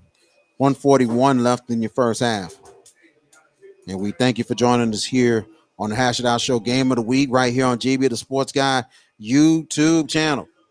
Like, tag, share, subscribe. Three-man weave Sports Guy. Three-man weave next week. 3-man weave is we're working on to get that next week. Mm-hmm. Probably for the next couple of weeks. Maybe 3 weeks for the rest of the season. Back to pass. Bourgeois throws it. Caught. Good catch out of bounds. 1st and 10 for Riverside. And that is Nehemiah Phillip with the catch. So they're inside the West St. John. Make it 48-yard line for the 1st and 10. 2 receivers on each side. Back to pass. Bourgeois. Going deep. Left side. Deflected out of bounds. Deflected. Incomplete, but flags down. Let's see what the flag was on that one. And it looks like they're pointing the way of West St. John. was like a holding penalty on that one. Let's get confirmation on that call.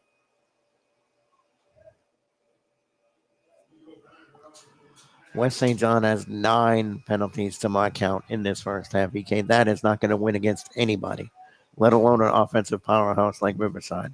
I agree. I They've definitely got a agree with that. lot of soul searching and cleaning up to do here at halftime. And Coach Johnson, I'm saying Coach Thomas. Coach Thomas and staff not happy at At all. all. Pass interference on the Rams. That'll be 15 yards. 15 yards and another first down. Let me add the yardage, 15, 20, 30. And now they're inside the West St. John 33 now. 76 Make it- penalty yards, VK. Yeah, 9. 33-yard line for Riverside. 3 receiver sets. Back to pass. Bourgeois throws it. Good catch. They're trying to run it, and it's Phillip with the catch, and it'll be good yardage inside the 27. And close to the red zone, the Billy Broward red zone. It'll be second down and make it 4 yards to go. And they got to get to the 23-yard line of West St. John. 124 left in your first half. 3 receivers, 2 to the left and 1 to the right for Bourgeois.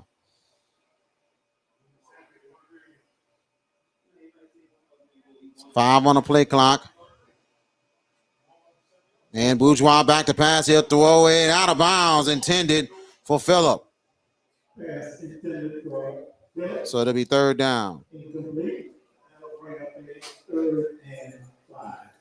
And one thing that Coach Roussel will talk with his team and have is just to straighten up some little things offensively. 9 for 14, 126 yards unofficially for Brock Bourgeois in this first half. 2 touchdowns and the 1 interception. 3rd and 4 coming up. Lasty with the handoff, middle flags to go down. Let's see where they threw it. And that could be Holding? It could be holding, or it could be maybe I didn't see nobody jump. holding on Riverside. That will push them back. Only their second penalty of the night, BK.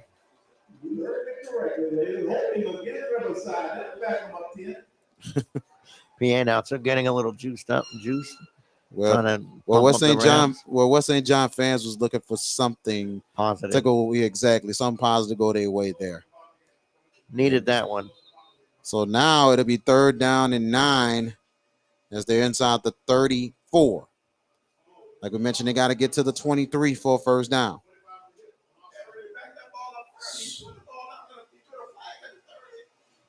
And they have to push them back a little bit more. Exactly. Right, the spot of the penalty.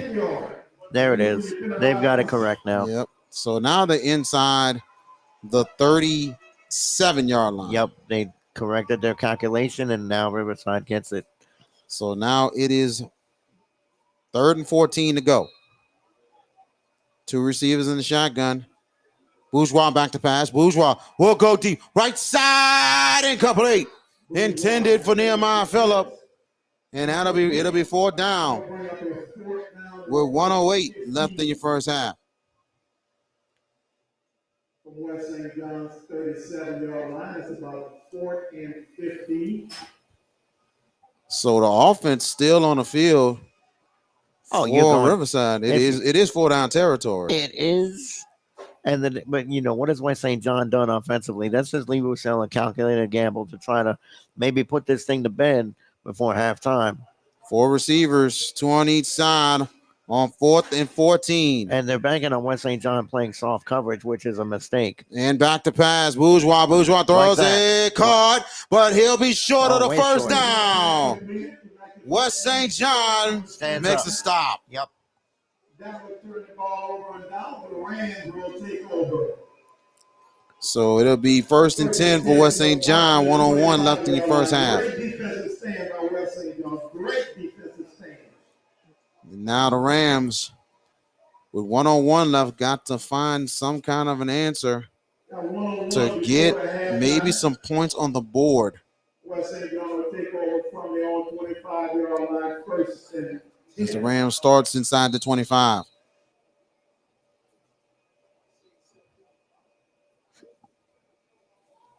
So Farrell in with Gardner.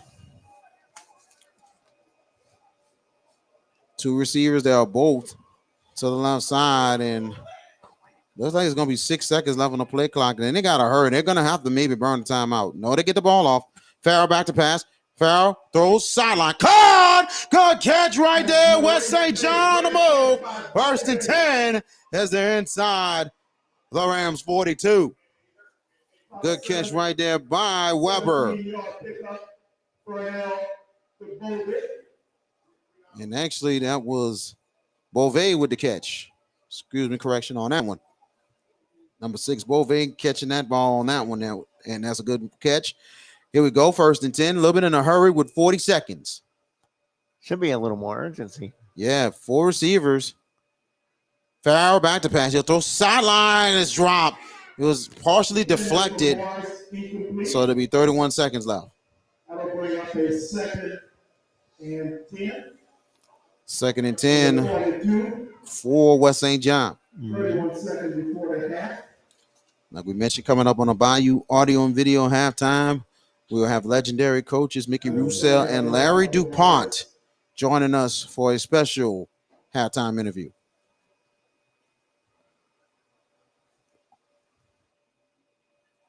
"31 seconds left as we get back to live action. Clock will run on the snap. 3 receivers. They got to hurry. They just came off the timeout, and now they got to burn another one. Wow. West St. John.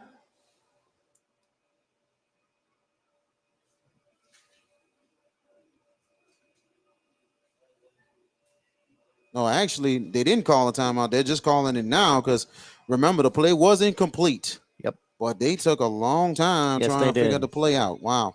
Just not a lot of indecision right there in that sequence for the Rams, and that's something you can at least afford. That down 20-0. 31 seconds left in half. VK Jones and George Pep is with you from Rudolph Dunval Stadium in Edgar, Louisiana. We'd like to thank West St. John and Coach Thomas and also Riverside and Coach Roussel for having us to come here to do this game tonight.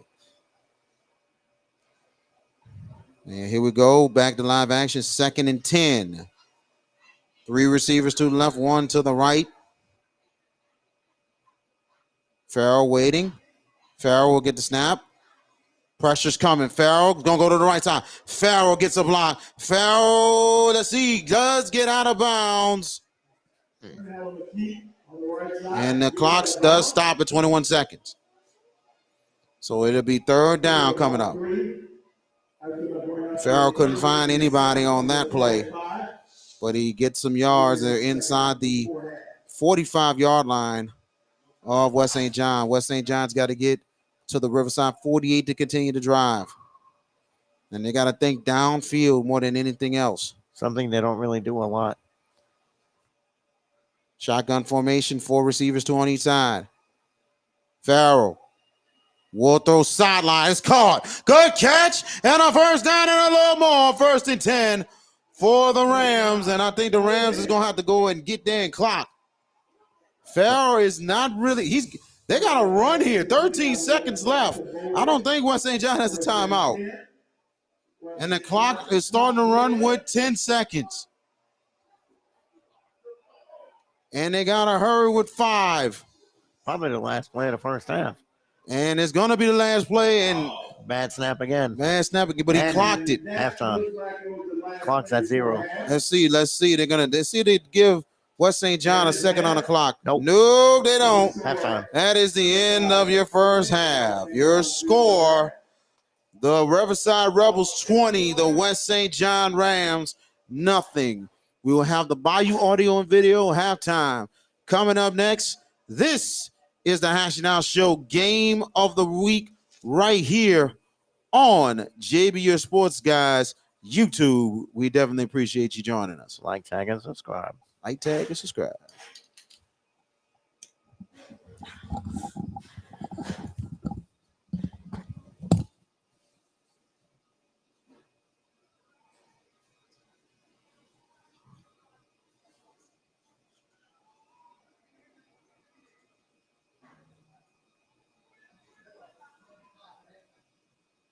It's the Hash Down Show, game of the week in the River Parishes for the second week in a row.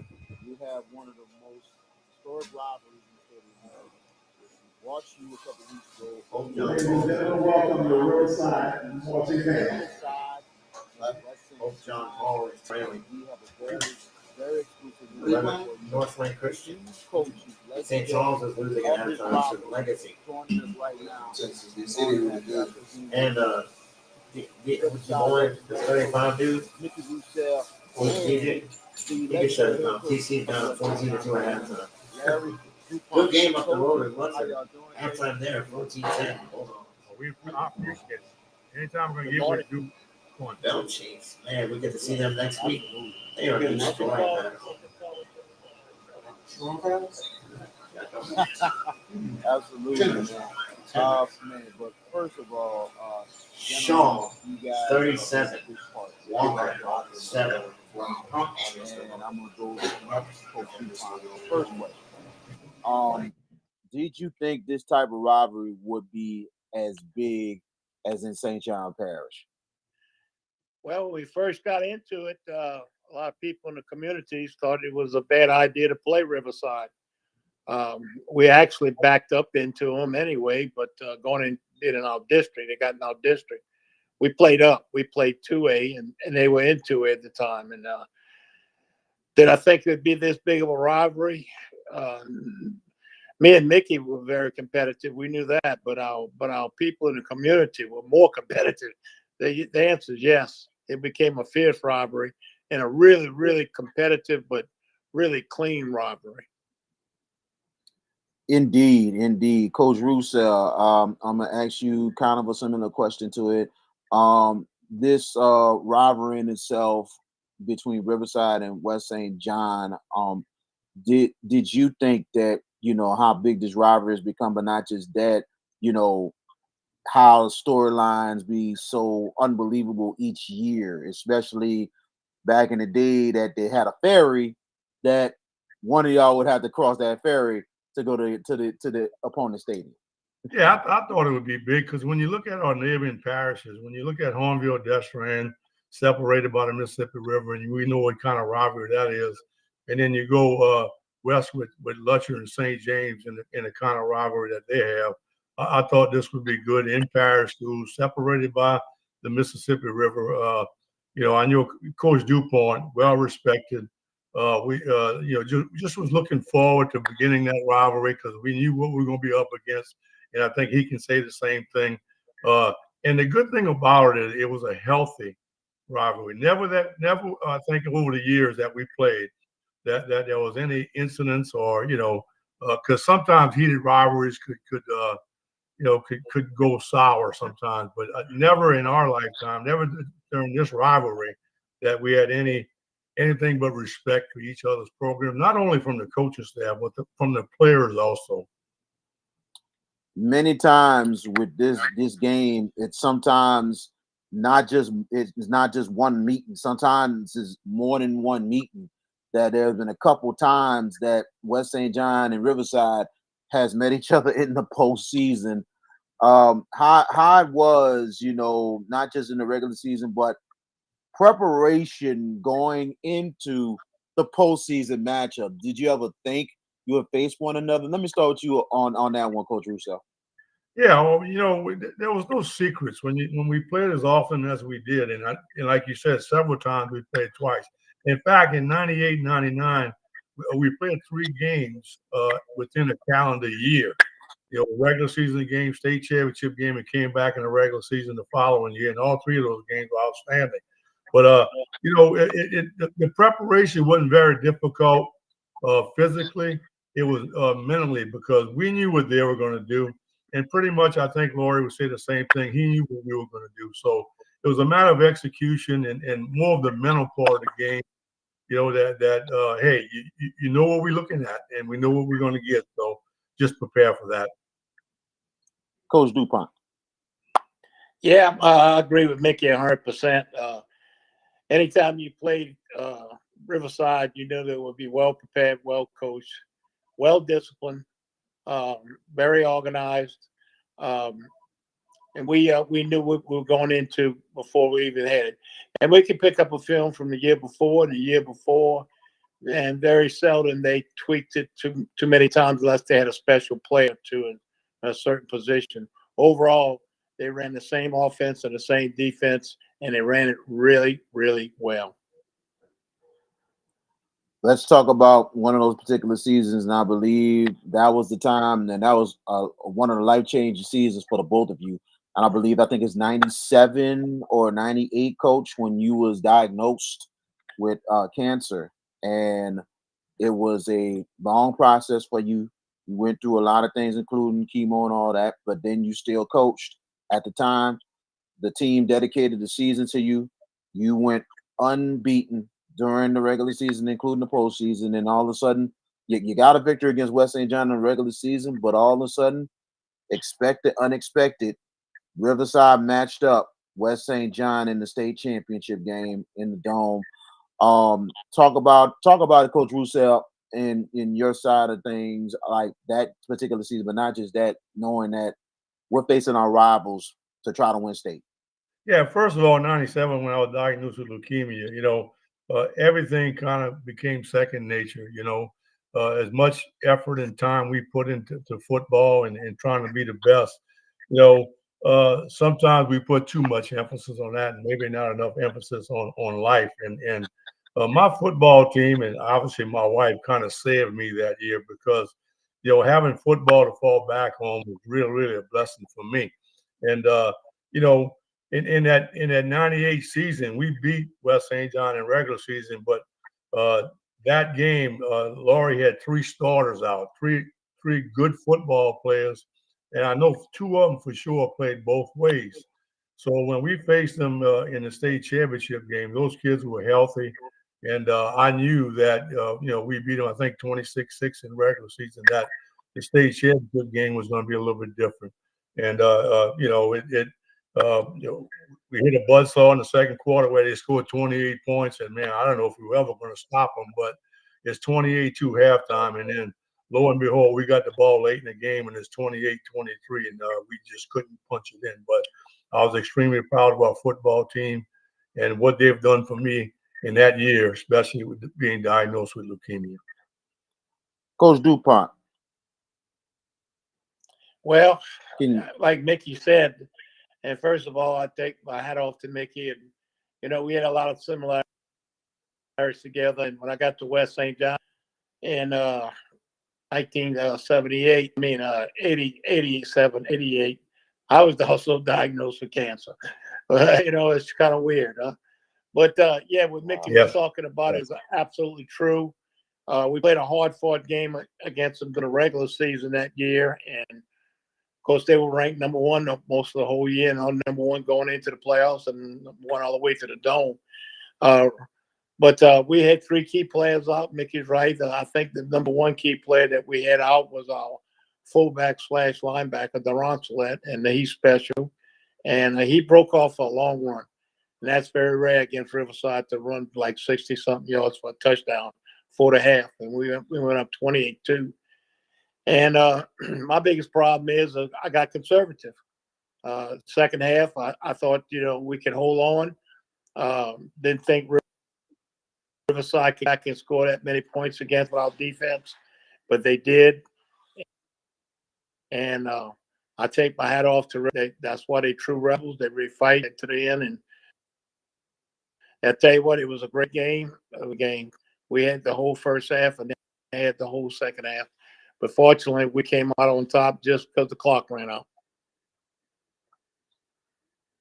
Wow, and that was an absolute great game in itself, especially in that second half. After the ball game, you both embraced one another in a big hug and everything. And the story was the fact that over the years y'all always respected one another, but y'all put all the pride and everything aside, and y'all became the best of friends since at that time. But I know y'all probably been friends even longer. But at the same time, you embraced each other, not just as coaches, but knowing that you needed to support one another in a time that Coach Roussel went through. Well, I'm gonna put it this way. After the game, we hugged, and if I had in our football program had to lose to any individual, team or coach, it would be Coach DuPont. We that close. Obviously we wanted to win the football game. It was a tough time. We were 14-0, and we just missed it. But if I had to give that trophy to anybody besides Riverside Academy, it would be Coach DuPont. Go ahead, Coach DuPont. Yeah, I agree with Mickey on a lot of things. One thing I'd like to bring out, we went to the early morning. We went to a special prayer breakfast at Riverside with a couple of my athletes that morning, and a lot of dedication was going on to both schools, both coaches, staffs, everything. But like Mickey said, like football's a game. It's not the game of life. It's just a football game, and unfortunately, somebody's got to win and somebody's got to lose, and we've no matter what you say to your kids at the end of the game. I used to always tell ours, when you look on a scoreboard, there's a winner and there's the loser on a scoreboard, but that doesn't mean that both teams are not both winners. And Mickey had a great champ team that year. I'm so proud of him, and I'm sure he was proud of our kids the way we competed. And great rivalry. It was a great day for West St. John. I know it was a very disappointing day at the end for Riverside, but nothing to be disappointed about. And that's what I told our kids going into the game. If for some reason or another we would be on the bottom end of the scoreboard, I'm so proud of them. That's what I told them before we got on the field, and that's how we took it just that way. Yeah, it was a great day. It was a great day for St. John Parish. Period. It was just the week was fun.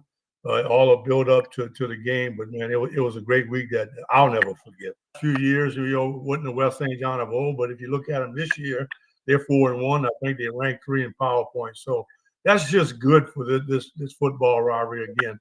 We're going to go down there Friday night, and last couple of years, I think we got the best of them, and I know they have that in the back of their minds. So I think this game's going to be the good one Friday night. West St. John's back on the rise, as it should be, and it's just great for this rivalry. Coach DuPont? Yeah, I agree. I tell you what, I just got to give my hat to Deron Thomas. Deron took, when he got there 2 years ago, I'm talking about start from scratch. He had to rebuild a program from the bottom up, and he knew he had a long road. He still has a long road, and they know that they got their hands full with Riverside, without a doubt. But what he's done in 2 years has been remarkable, and I'm so proud of him. I think maybe the history and the tradition of West St. John definitely is coming back. Coach Mickey Roussel, Coach Larry DuPont, great legendary coaches joining us on the Hash It Out Show Game of the Week. Thank y'all so much for giving us a history lesson in itself to one of the oldest rivalries in the state of Louisiana. We wish you the best in life. May God bless y'all. Man, y'all earn your flowers for what y'all do for this sport. Thank you. Love you, Coach DuPont. Yeah, same here. Same to you, Mick. Love you, bro. Miss you. Yep. In fact, I'm sitting in my chair. Just finished having another back surgery, my 4th one. And I know I've been dealing with issues. That's why I can't get out and see any high school games. It's killing me. But wish you nothing but the best, Mick, and great health. May God bless you, man. You're the best. Take care, buddy. Take care. Hey guys, this is Arkisha Baquet, the owner of Little Dizzy's Cafe. I am here with B.K. Jones, who is a part of the Hash It Out Show. We're coming to let y'all know what they got going on, and Dizzy's is a proud sponsor of the show. Tell them what we got. Well, the Hash It Out Show now has been on the air for 3 years, over 100 shows and everything. Right now, we got Legends Month. We are interviewing the best players that ever played in the state of Louisiana, so join us for that. But at the same time, we got the Hash It Out Show Game of the Week. We're going in year number 2, making a lot of changes this year. So we're looking forward to seeing what happens. We'd like to thank Miss Arkisha and Little Dizzy's Cafe for sponsoring us. This is one of the best restaurants in the city of New Orleans. It's 6th floor. Come over, I'm telling you. And I hope a lot of people just come by. We had last week, They had Essence Fest, and I'm telling you, it Great was success. packed. Great Oh success. my goodness. So if you're in the area, come and see us at 1500 Escalade Avenue and the Honor Tremette and experience some of the best Creole soul food you'll ever have in your life. Because the food is always hot and straight from the pot.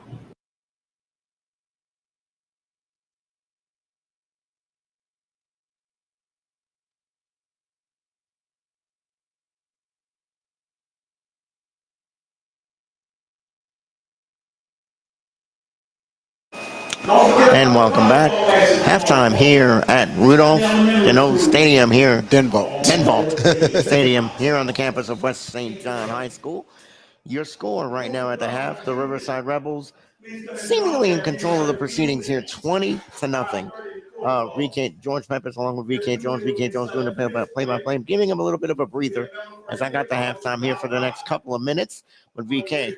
Cedric Lassie has ordinary numbers, and Riverside is beating this team in different ways. But Kenrick Johnson has been a man-child tonight.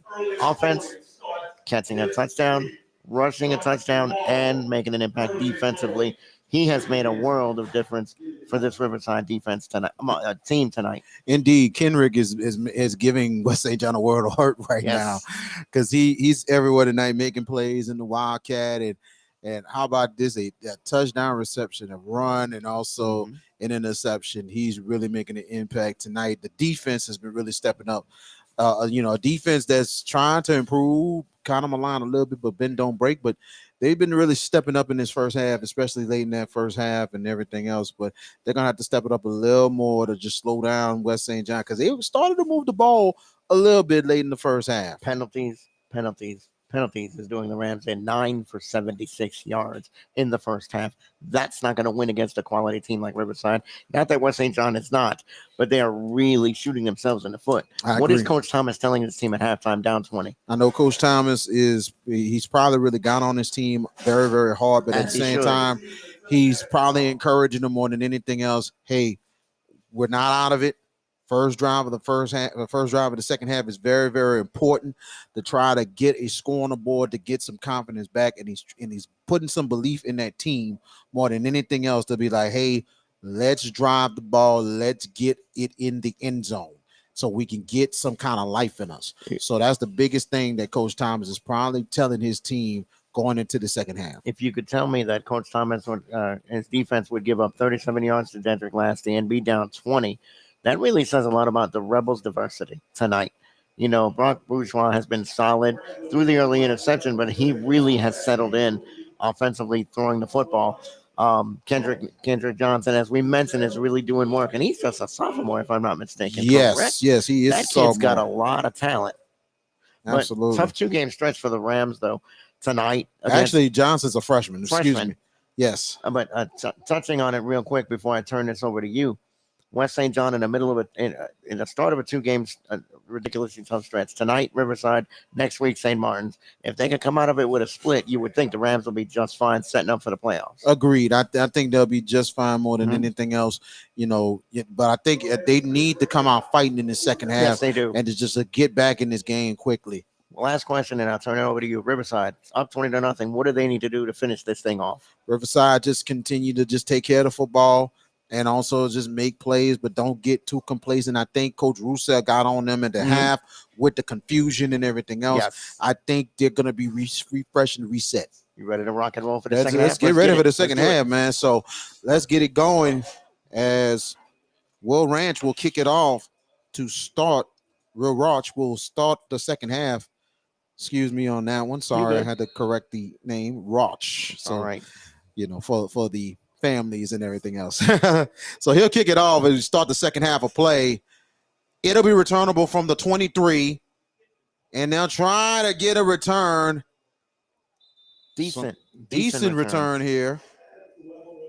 And that was Weber with the return for West St. John as we start the third quarter of play, as Jace Farrow will come back to the field with his offense. And I know Coach Thomas is probably expressing more of urgency to his team. But a team that predominantly runs the ball, VK, that's going to be a little bit of a tough ask to play a faster tempo. And that's really maybe playing into Riverside's hands if you're the Rams. I would think you stay put, construct a good drive, take some time, and get a score.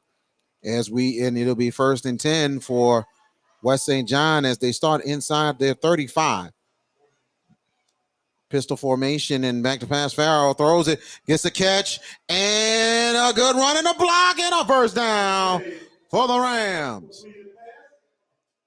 And Weber with the catch, and it'll be 1st and 10. Its third quarter is brought to you by Little Dizzy's Cafe in the heart of the 7th Ward. And shout out to Wayne and Arkesha Barquette. We appreciate the support and everything for the Hash It Out Show game of the week. They was actually at the New Orleans Saints game last night. So it'll be 3 wide receiver sets. You mean that was a game last night? Oh, my goodness. Holy cow. And a handoff and knocked in the backfield. Gardner taken down, and credit Riverside and Cameron Green with the tackle. Kalen Gardner has really found it tough sledding tonight against this Riverside defense, VK. And credit the Riverside front for really surging in this into the first half and now early into this third quarter. That Riverside front has really made a difference. And Kalen Gardner has not had the running lanes tonight. Not at all. And the kickoff tonight was brought to you by CC's Children's Blocks. And here we go. 2nd down and make it 15 to go. Back to pass. Farrell throws sideline. Good catch. Positive yards right there. And Weber really making an impact for the Rebs. For the Rams. Got most of that loss of yardage back, so it makes it a manageable 3rd down. It'll be 3rd down and make it, let's see, it depends what the ball is. I think 9 or 8. Uh-oh, it might be a flag down. Let's see, because we see the yard marker going back. And the officials talking to one another. This might be on Riverside. Yep. And it's a targeting penalty on Riverside. 15 in the 15 in the first down. That's big there. Big break for the Rams. You made that mistake too. It's okay. I did. It's all right, man. That's all to the good. Absolutely. As Devin doing a good job getting the positions in the camera and everything as we get it going. Big field position now inside the 37-yard line. 1st and 10. Snap back to pass. And they're going to go rolling out. And a not bad run right there for Farrell. How decisive was that play, VK? Farrell gets a little bit of a high snap. Sees there's nothing developing, and he just shoots the gap and gets good yards. Absolutely. Pressure was coming right there. He did the right thing by trying to make a play. So it'll be 4-yard gain. It'll be 2nd down and 6. Make it 6 yards to go to inside the 34-yard line. Drive of the night by far for Make it the 33-yard line. They got to get to the 27 for a first. Best drive of the night, though. Absolutely. Pistol formation. And a handoff. Gardner, who got the snap, but a big loss as Riverside read that one, but the snap was just a little off again. We've been seeing a little more better snaps, but just bad timing on that one. You say that, but I also saw some indecisiveness between Farrell and Gardner. He turned to him, and I don't think Gardner wanted that ball. You know, the way the snap came in, it looked like there was a little bit of confusion. And you had to think about it. It was actually a bad snap. It was. Because the fact of the matter was, it might have went to guard. It might was going to Gardner anyway. It was just a fact. It was a bad snap that was way off, and it wound up going to Gardner to run the ball. He acted like he didn't want it, though. The way he looked, you could see his body language. Like, wait a minute, I don't know if I want this ball. And Farrell back to pass. They're setting up the screen, and nothing doing. Credit Riverside with the read. And Milton was trying to get the screen right there in the last second. And credit, and that was 11 for Riverside, Justin Hall making the play. Because if he don't make the tackle, it could be yards. Yes, sir. So it's 4-down territory, 4th down and 9. Mm-hmm. Reminder, next week we'll be in Belchase. West St. John got to get to the 28. Back to pass. Farrell throws sideline. High. Deflected. Incomplete. Good defense right there. And guess who? Kenrick Johnson. Yes, sir. I was about to say, there he is again. Yep, there go that man again. All right, Mark Jackson, I hear you. First and 10 for Riverside.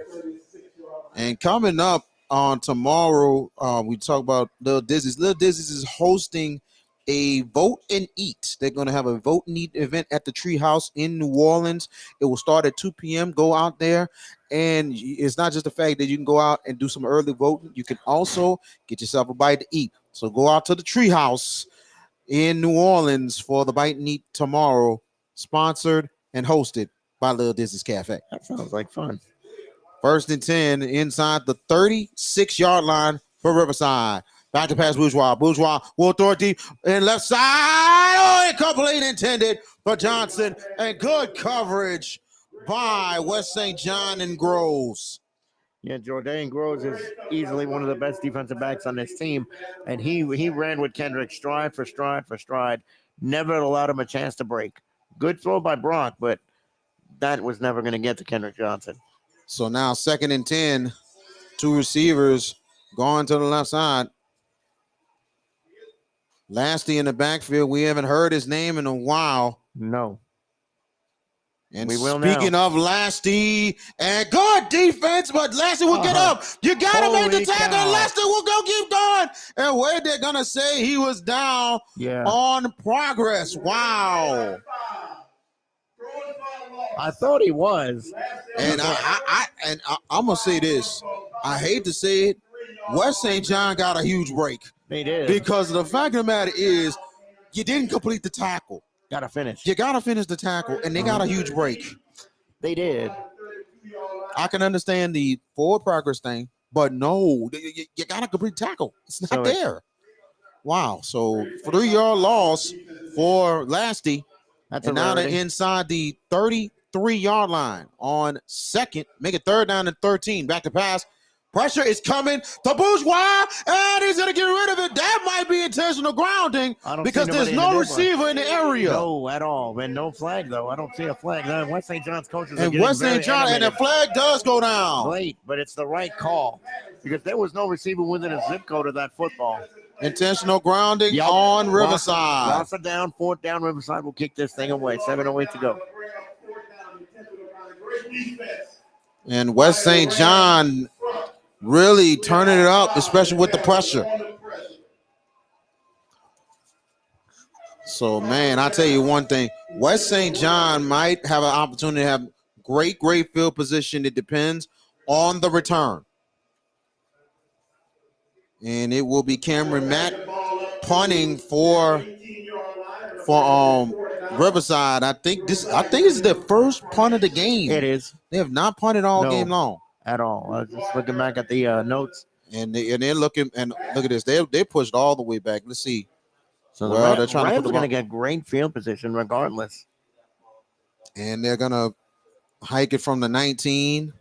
Matt is at the 6-yard line, so this should be some great field position here. Depends on what happens. Let's see if it's returnable. If they give it, if they keep a play. Good snap. Matt will get into it. Nope. It'll be returnable. And it will be 1st and 10 for the Rams. And they're in great field position inside the Riverside 43-yard line. Flag on the play after the play was over. Post-play penalty. Let's see who they're going to get here. 7-0. 7 minutes on the nose. We've been seeing a good bit of that tonight. Little penalties after the play. It wasn't like a lot of bickering and smack talk. It's just a lot of little overboard stuff either way. And let's see a personal foul on West St. John. Boy. That's going to hurt them a lot. 15-yard penalty. Tremendous opportunity. And I tell you, that's a good bit of undisciplinedness right there.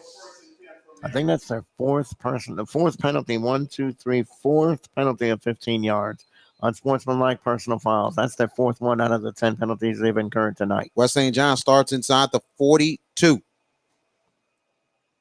See what they do Pistol with this. formation. Gardner with the handoff, going to the right side. A good run for Gardner, goes out of bounds. A good hit. West St. John looking for the flag, and they're not going to get it. There is one. There is one. I can't hardly see it, but it said there is a flag. Trust the PA guy, right? Yeah, absolutely.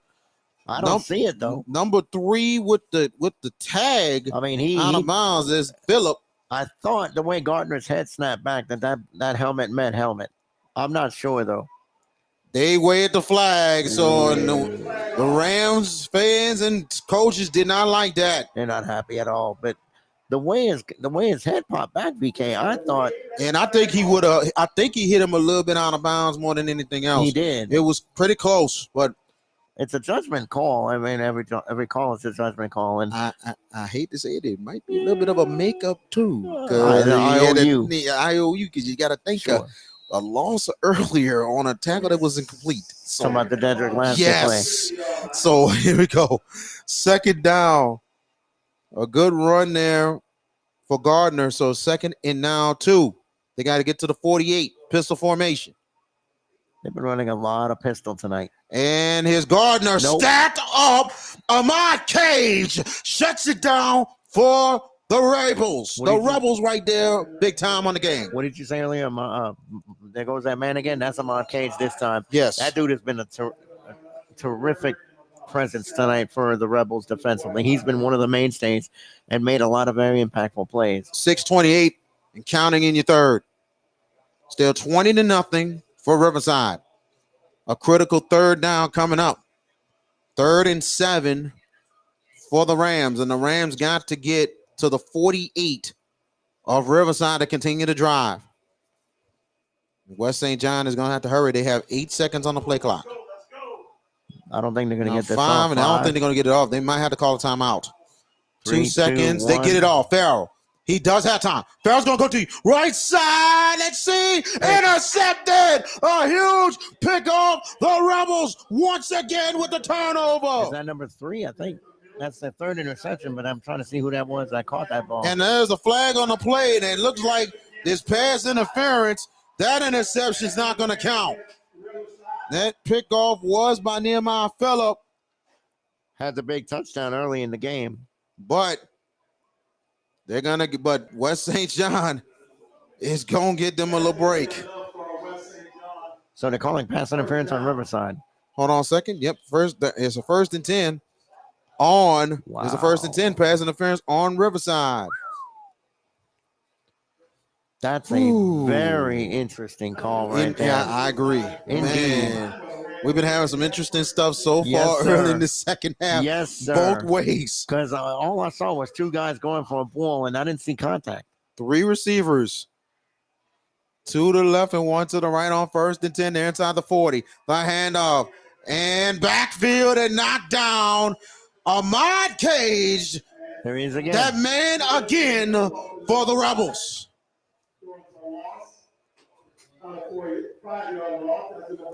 That's 5 yards. See that? And they're gonna have to find a way to run away from where Cage is, because he's just, you got to run the way he's not at. That's what they're gonna have to do. It's the simplest formula, but difficult to execute. I agree with that, but you can run to the other side and see what you can do. And if he's not there, hey, run where he's not at. That's what I'm saying. That's oversimplifying, isn't it? Yeah. I mean, like chess. This is chess, not checkers. You know what I mean? Yeah. 2 seconds and they get it off, but timeout is called. West St. John. The Rams that'll be timeout. That'll be the first time out of the second half with 5:02 left in your third quarter, and still 20-0 for the Riverside Rebels. VK Jones, George Peppis here from Rudolph Dunval Stadium in Edgar, Louisiana. Next week, we will be in Belle Chase, Louisiana on our Wow Tour right here for the Hashtag Show Game of the Week. We're going to be in Belle Chase, Louisiana as we end our Wow Tour, as it will be the St. Charles Catholic Comets taking on the Belle Chase Cardinals. It will be a 6:30 pregame. Kickoff will be 7 o'clock, and we're going to work to get the 3-man weave for next week. Myself, George Peppers, and Jared J.B. Boyd will have the call for you. He's probably delighted right now. I mean, his Shaw Eagles are rolling, Walker. Man, 37-7 last they're I saw. dominating. Wow. That I thought Amazing. Shaw would win that game I thought Shaw convincingly. too. Convincingly. I did not think 30 points would be the margin in the second quarter. And we'll check scores in a few minutes, courtesy of CrescentCitySports.com and the guys. Of course, my brother Emmanuel Peppers, Jude Young and company do a terrific job every week by giving us timely scores. And here we go. Back to live action. So Second down. Second down, okay. 2nd and 15. Oh, They'll throw it out. Ooh. And there's a screen. And let's see. Good running catch right there. And that is Milton. Weird. That play, the way that play developed, VK, that looked a little bit disjointed, but it worked. But a flag down. Another flag. Who's this on? Let's see. They kind of pointing away at Riverside. Yep. And Coaches are saying actually it's on ineligible Riverside. man downfield. Oh, wow. And that is on West St. John. That's their 11th penalty of the night. So that's going to push back. That's going to push back the Rams. Got 4:55 left in your third. Quick moving third quarter, though. Very quick moving itself. Yes, we'll be live from Cardinals Stadium, better known as the Cage, next week. And then got our start. And then we'll be back in New Orleans for 2 weeks, week 9. It'll be De La Salle and Kennedy, Saturday special. Pan American Stadium. And then we just announced it earlier, Tag Gormley Stadium, week 10. Thursday night, the finale. It's going to be St. Aug, John Curtis. Purple Knights looking to reclaim their season after a 2-game losing streak. So we'll see what they do tomorrow. 2nd and 15 and back to pass. Ooh, blitz. Farrell, blitz is coming. Farrell has a lane. Farrell will try to take off, and Riverside just slows him down. What a hit there. And credit 21 slowing him down, Caleb Brumfield. They discarded him on that play, did they not? Indeed. Man. Farrell had a lane for a second, but Riverside just cut that all quickly. I don't know if you saw, but our man again come rolling through the middle, and Farrell was able to get away this time. Cage. Yep. 3rd down.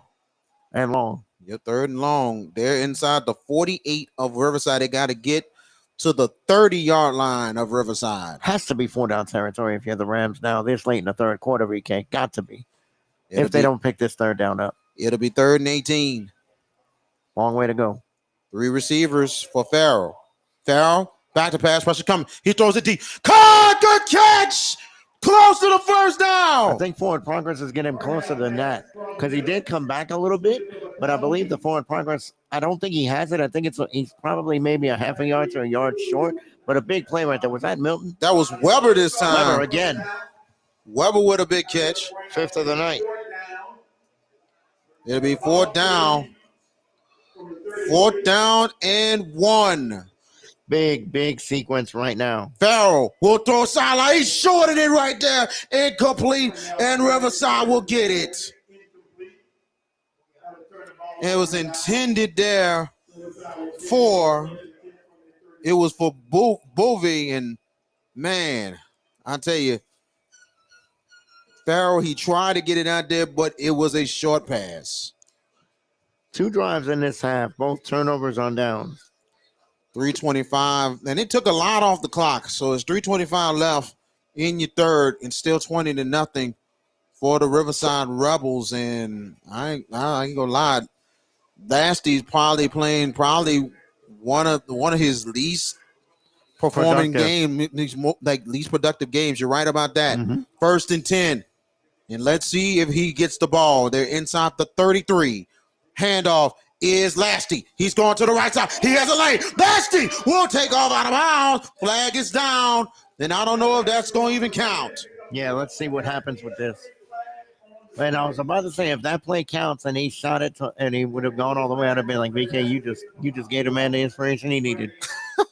You just said, at least productive game, which it has been. Yes. He has not been the dominant factor that most people maybe thought.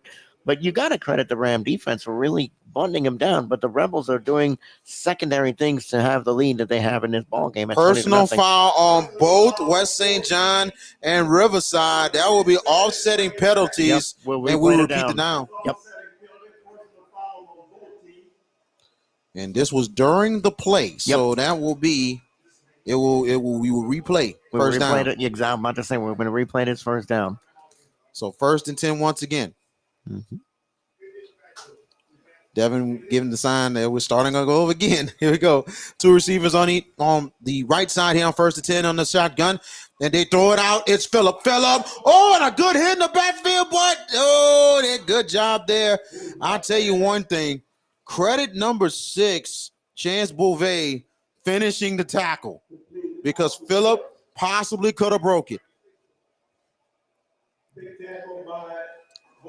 And let's see, only a 1-yard gain.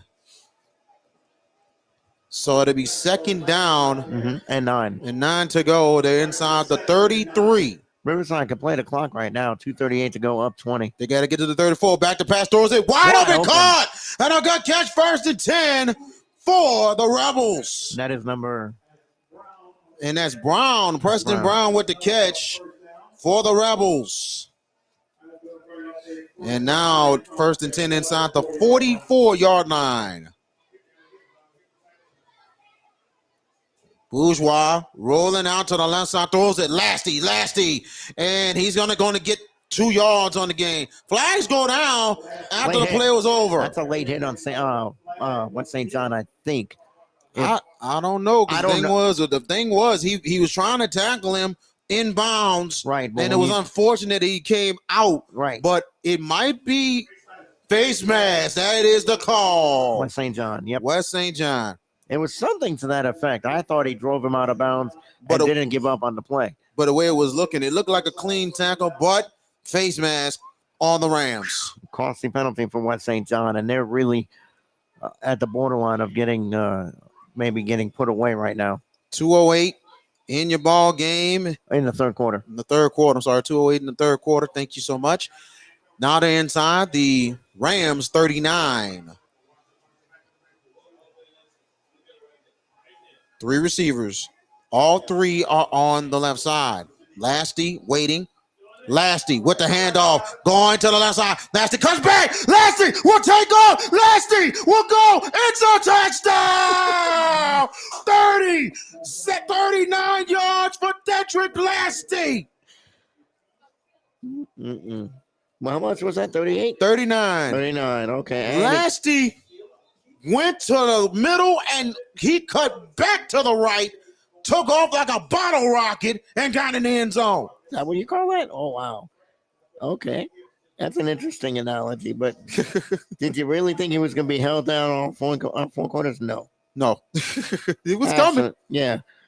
It was coming, man. He just needs a little VK inspiration. That's all I'm talking about. The man being least productive, then bam, he finds the end zone. Huh? No, I'm counting the drive time. Yeah. So I tell you, man, the timeout on the field, I believe it was an injury timeout, or the officials are talking. I don't know. I'm not sure. I don't see nobody down though. It is an injury timeout going where's to the right side, deep to the right side. Riverside seems to have control of the proceedings now. VK 26-0 pending the conversion, whatever it will be, 2 or 1, probably 1. And let's take a look. And the player coming off the field on his own power. That's good to see. They're going to monitor him, see if he's okay. And it looks like it's Bouvet who's coming off the field.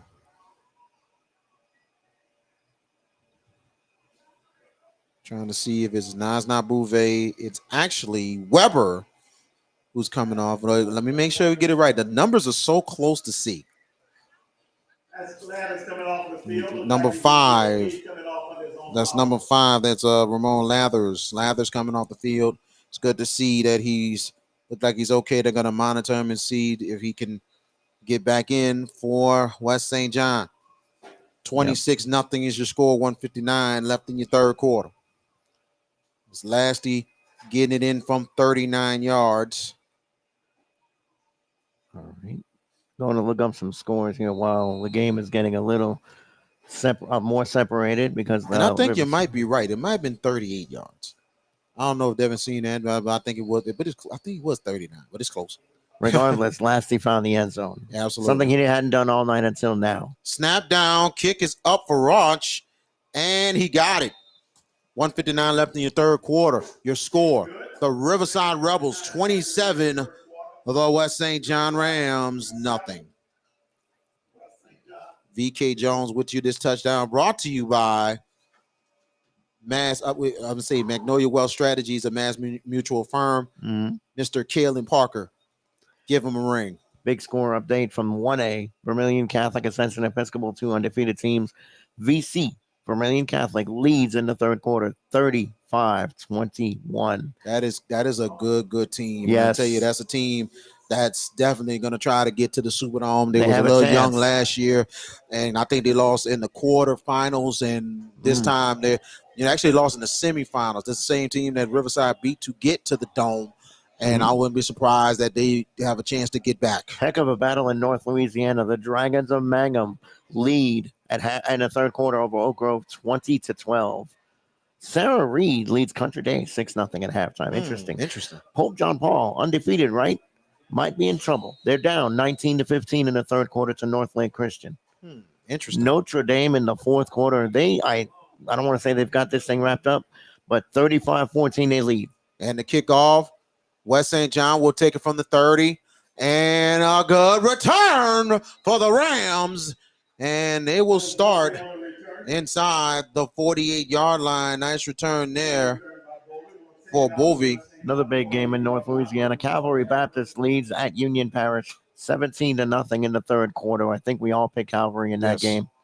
And I think the pick, what was the score on Notre Dame? 35-14 Notre Dame in the fourth quarter. So it looks like you're about to make up a game on me and Jared. So Southern Lab is getting rolled at halftime, 32-8 to Kaplan.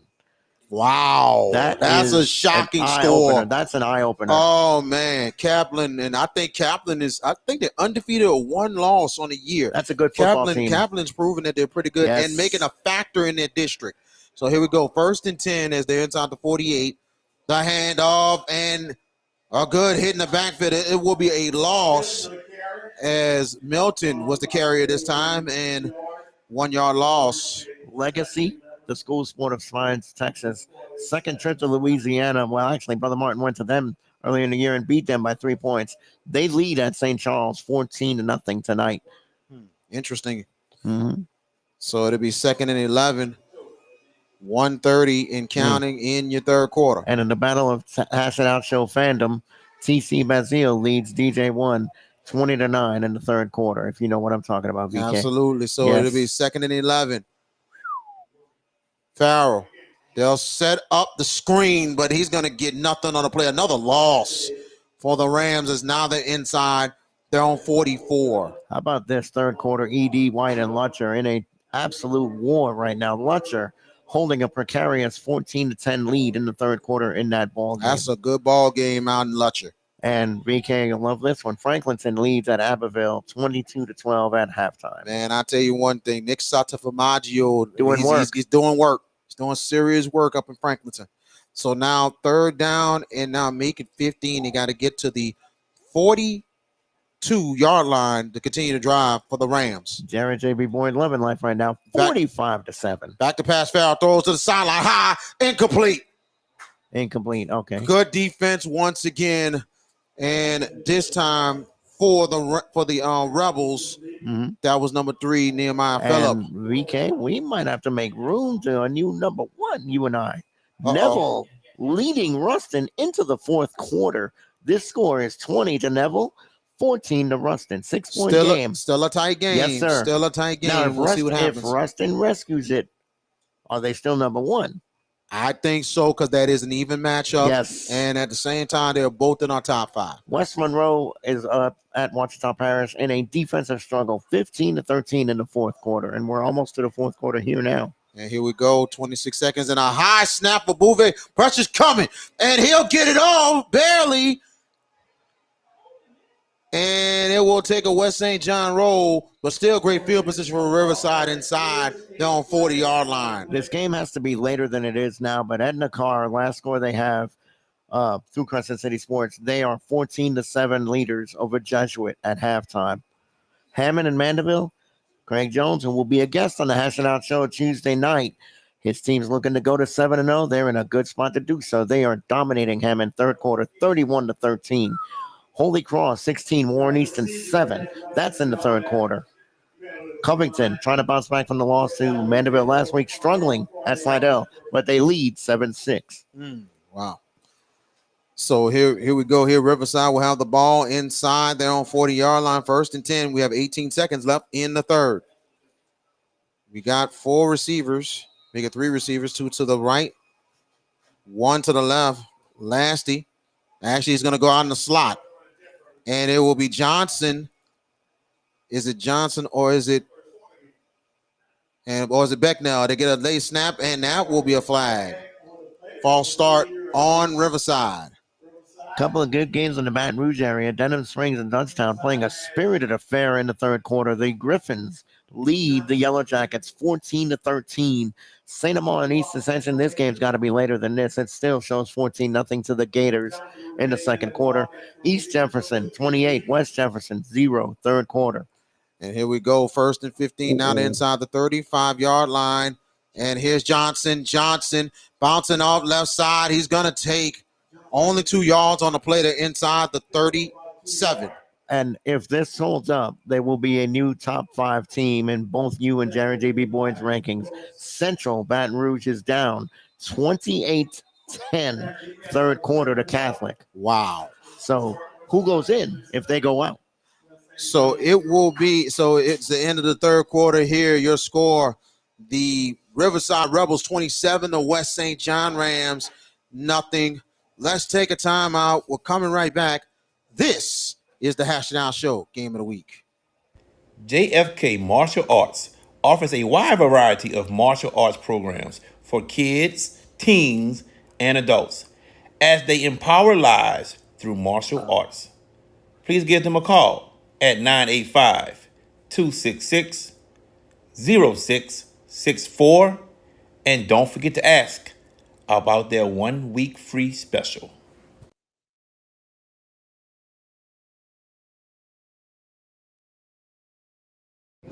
Hey guys, this is Arkisha Baquet, the owner of Little Dizzy's Cafe. I am here with B.K. Jones, who is a part of the Hash It Out Show. We're coming to let y'all know what they got going on, and Dizzy's is a proud sponsor of the show. Tell them what we got. Well, the Hash It Out Show now has been on the air for 3 years, over 100 shows and everything. Right now we got Legends Month. We are interviewing the best players that ever played in the state of Louisiana, so join us for that. But at the same time, we got the Hash It Out Show Game of the Week.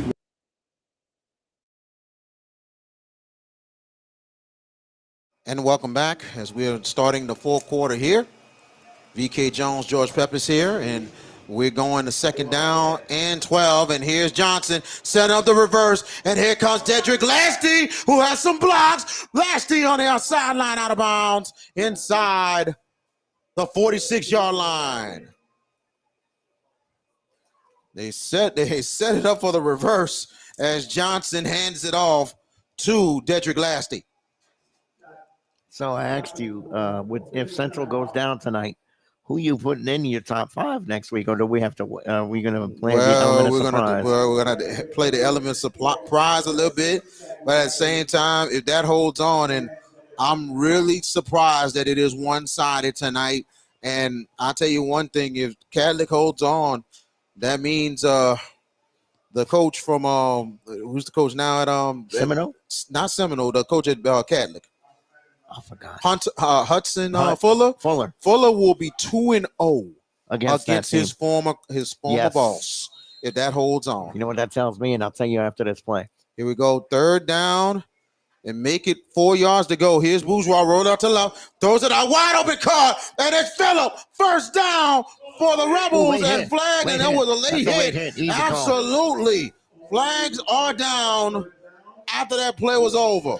I tell you, that was the most obvious call you're going to get. Phillip took a shot after the play was over. My goodness. Totally not necessary there. West St. John showing some frustration, VK. No, that shouldn't have happened. It's 15 more yards. That's the 7th penalty of 15 yards or more by the Rams tonight. This is a completely undisciplined ball game they're playing defensively. They had some positive signs early, but they're starting to really let their frustration show, and that's very not. It's not them. It's very. It's not. It's their uncharacteristic. Element. Exactly. Very, because West St. John, they've been really working hard. Yes, they have. Having a very, the last loss was week number 1 to young audiences. Exactly. But nobody knew about young audiences. Personal foul on both sides. So offsetting. I think there was some retaliation though. That's why they're going to call it offsetting, because when Phillip got hit, a Riverside player came in right after and put a contact hit too. So I think they got both. And actually, it was after the play was over. So that would be their ball, personal foul on both sides. It'll be offsetting, and it will be first down for Riverside as they're inside the West St. John 45. That's the biggest cause of this play is the first down for the Rebels. So 1st and 10 for Riverside. Inside of West St. John 45. 3 receivers now, all to the right side. Last in the backfield with Bourgeois. Man in motion. We have 11:39 left in your ball game. The handoff, Lasty going to the right side. Lasty takes off. Lasty, he comes out of bounds. And I'm gonna say this, and if Riverside looks at the film tomorrow, as much as Kenrick Johnson's been playing great, I wouldn't be surprised Lee Russell will get on him a little hard. Because if he makes the block down the field, that's another touchdown. Exactly. And Lasty's speed is incredible, VK, for a guy so diminutive. But the dude is fast, man. Absolutely. And this is the second time you and I have seen, third time we've seen him live. Last year in the quarterfinals and, of course, in the Dome when they got there against Southern Lab. And he really made an impact in that game, but they came up short. Now they're inside the 26-yard line, 1st and 10. He'll get it again. Lasty does get it again. He's going to the left side and breaks the tackle. Lasty, he goes, and it'll be 1st and goal. Maybe 1st and 10 inside the 12. It's not fair. It really is not fair. When that dude gets open, man, West St. John was able to collar him at about the 12, 13-yard line. But still, Lasty made it a nothing gain. He made something out of nothing. He picked up another 11, 12 yards there. Billy Brav in the red zone here for Riverside. Already up 27-0. There's now Kenrick Johnson in the Wildcat. He probably gets this ball. And Riverside trying to really put the game out of reach. Johnson will go left side. Johnson, touchdown! 3rd touchdown for Kenrick Johnson. And that should be it. The Riverside Rebels now up 33-0. 3 touchdowns tonight for Kenrick Johnson. And I tell you, Riverside has a plethora of weapons on this team. Plethora of weapons for Riverside. Shows you how did I say the word right or what? I don't know. Plethora. Plethora. Whatever the word is. I gotta stop saying big words. Make it simple. Oh my God. A whole lot of weapons. 10:55 Rods for the extra point. Snap down and the kick is up and it is good. 10:55 left in your ball game. 34-0 for the Riverside Rebels. VK Jones and also George Peppers with you from Rudolph Dunvalt Stadium in Edgar, Louisiana. And well, let's keep it a little simple. Like if you're at Southern, they say defense, Jags defense, a lot of. Well, there's a lot of weapons for Riverside. Here's the thing, though. A team that is potent offensively would give this Rebel team trouble. I feel like watching what I see tonight, what's that? Your big guy, Cage? Yes. Cage in the middle. He's an impact player, but there's spots when you can attack them. West St. John doesn't have the experience really and Caleb Gardner has just not had any traction tonight for West St. John. They have not been able to get him rolling at all. Anytime they've tried to stretch it to the outside, it has not worked. They've tried to delay handoff. It has not worked. He has no momentum, no forward momentum. The O-line is really getting overwhelmed tonight. And Roch will kick it off. Returnable. West St. John will take it from, and actually he went down on a knee. So wow. Rebels, Rams will start inside their own 22-yard line. And I'm gonna say this about Riverside. Riverside is still a team that can make it back to the Superdome They and a are. chance to win the stage. I'm gonna say this. When you look at their division and they're right there in the top 5, if you look at the playoffs at the end of the year, if I'm Riverside, I would not want to be on the side where Vermilion Catholic is. No, because they've already. I would not be on that side No. because you see what happened And look what Vermilion Catholic. in a payback game. Look what the VC is doing tonight. Exactly. VC is on another level, and they are right now the team to beat, and they want to get And- that. They haven't won a title in a couple years, Nope. and they want to get that title back. And by the way, they beat Riverside in their house. So exactly, in a it doesn't payback matter. ball game. It doesn't matter. Exactly. So the thing is, if they can be on the opposite side and get some favorable matchups, you'll see Riverside right there. The handoff Gardner, See, left side, and another gang tackle. Only about a yard on the play. Delayed handoff, though. Yeah. That was a delayed handoff. Because it wasn't one of those where he just turned and handed him right. It was like he took his time and then handed it to him, Kalen Gardner. And Gardner getting up very slowly. But Gardner says he's okay. So it'll be 10:30 and counting in your ball game. Beautiful stadium here in Edgar, Louisiana. Nice field. Look, brand spanking new field. A lot of new digs, new scoreboard and everything. And, you know, they've done a great job out here at West St. John. Now we go 3 wide receiver set on 2nd and 9. Back to pass Farrell. Farrell throws sideline. Good catch. And good tackle, open field. Good tackle as well. I can't see. Well, I don't know if that was Kenrick again. I can't make that out, though. And actually, that was Weber who made that catch, and that was actually Cruz Cambry making the tackle. So now it'll be 3rd down and make it 2 yards to go. They got to get to the Rivers. They got to get to the West St. John 33 for a 1st down. So they're inside of 32, 3rd and 1. 9:44 and counting in your ball game. They go in a pistol formation, 3 receivers. They hand it off Gardner. Gardner will go to the right. Gardner, let's see. It depends on the spot. He's close. I don't know from this vantage point if he has it, though. It's on the far side, but so leave it in the hands of the officials. He went from one way to the other to try to get to the marker. He did, and he's close. And let's see. They're going to give 1st and 10 for West St. John. Yep, moving the chains. So they're inside the 33-yard line. For West St. John, VK, what do you take away from this game tonight? I mean, they're losing 34-0, 4th quarter. It's not that we think any less of them. It's just I don't think they're ready to compete against the Riversides of the world. No, not at all. But they'll still be within the top 6 or top 4, top 8. You know, really maybe top 6 because this is a tough loss. But at the same time, they still have St. Martin's next week.